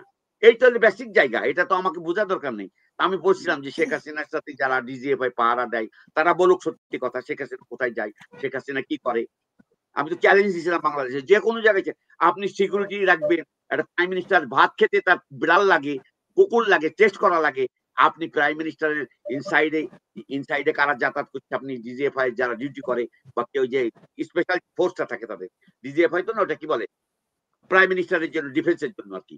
তো ওই ফোর্সটা এসএসএফ তো আমার সন্দেহ তো অনেক আমি ওই যে যেমন সিনা হত্যাকাণ্ডর বিষয় নিয়ে আমার সন্দেহ আছে অনেক পার্সোনাল প্রবলেমের সন্দেহ আছে আমার।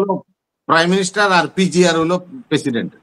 হ্যাঁ আমি সেটা বলি আর কি যে আমি ধরেন মানে আমি বেস্ট লাইনে হাত দিলাম বাংলাদেশের জার্নালিজম আমি মনে করি যে আমি যে জার্নালিজম করছি এটা বাংলাদেশে করা অনেক টাফ এবং আমি বাংলাদেশ থাকলে আমি বলি আমি বাংলাদেশ থাকলে এই সরকারেরও কেলেঙ্কারি ফাঁস হয়ে যেত।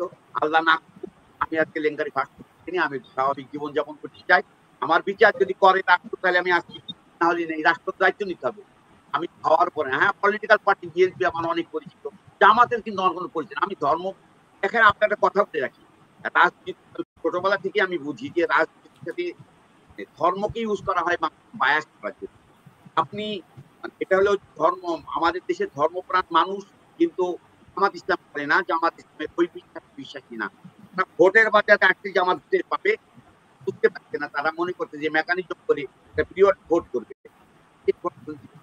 যে বর্তমানে এই কমিশন তো মানে কমিশনার তার এক ভাই জামাত সাথে কানেক্টেড ঠিক আছে। আবার বলে যে বিএনপি আমি তো বুঝতে পাই আসলে বাংলাদেশের নির্বাচনটা কিভাবে হবে। তবে আমি মনে করি যে নির্বাচন যেহেতু বাংলাদেশে অলি গলিতে যেখানে দাঁড়াবেন ধরেন একটা গলি এ পাশে আপনি যদি জিজ্ঞাসা করেন এই বাড়িতে কটা আওয়ামী লীগ করে জামাত করে বাড়িতে কটা আওয়ামী লীগ করে আপনি কিন্তু এক কাউন্টে বলছেন মহল্লা পাড়া মহল্লা এটা তো নির্দিষ্ট বাংলাদেশে চিহ্নিত কিন্তু। তো আমি যে জিনিসটা বুঝি ভোট হলো একটা মেজর অংশ যারা আজকের প্রজন্ম তারা জামাতকে দেখে নাই শিবিরকে দেখে নাই তাদের তাণ্ডব দেখে নাই তাদের রক কাটা দেখে নাই। আমরা শিক্ষা জীবনে আমরা দেখে এসেছি আমরা মনে করি মানে তারা আজ পর্যন্ত বাংলাদেশের এখন পর্যন্ত তারা বাংলাদেশের শিকারই এটা অনেক বিশ্বাস। নাম লাগালে হবে না নাম হলো নাম বাংলাদেশ ব্যাপারটা বাংলাদেশ না। রুহুর মধ্যে আপনি যে বুলু ভাই একটা কথা বলছে যে মানে যদি বিচারে আওয়ামী লীগের হয় জামাতেরও বিচার করতে হবে। এই কথাটা বলা কেন বলছি আজ জন্ম ধরেন আপনার জেএনজি প্রজন্মের সবচেয়ে অপরাধী সামনে যে কটা নেতা হয়েছে কটাকে বাঁচতে বিশাল ছাত্র সমাজ এসেছিল বিশাল রিটার্ন চলে গেছে। এখন যারা ওই যে সুবিধা নেওয়ার জন্য বা বিভিন্ন খাওয়ারে আমরা অগ্রজ আমাদের ব্যর্থতা যে আমরা আমাদের প্রজন্ম দিতে পারিনি আমরা আমাদের প্রজন্মকে দিতে পারিনি আমরা সঠিক সময়ে কথাটা বলিনি আমরা নিজেদের লাভ লোকসানে হিসাব করেছি এ কারণে প্রবলেমটা বাংলাদেশ হয়েছে। নাহলে এতদিন শেখ হাসিনা ক্ষমতা থাকতে পারত না। আপনি ভারত বলেন আর আমেরিকা বলেন, আবারও বলি, আমি শেষ করে কথা বলি, বাংলাদেশে মানে ভোটের সিদ্ধান্ত এবং বাংলাদেশের যে বিরাট বিরাট ব্যবসার সিদ্ধান্ত, এটা রাজনৈতিক দলের সিদ্ধান্ত। আমি ভাই এই অন্তর্বর্তী সরকারের আমি মনে করি না এটা তাদের, এবং এইটা জনগণ তাদেরকে দেয়নি। নির্বাচিত সরকার সিদ্ধান্ত নেবে, এটা সার্বভৌমের প্রশ্ন।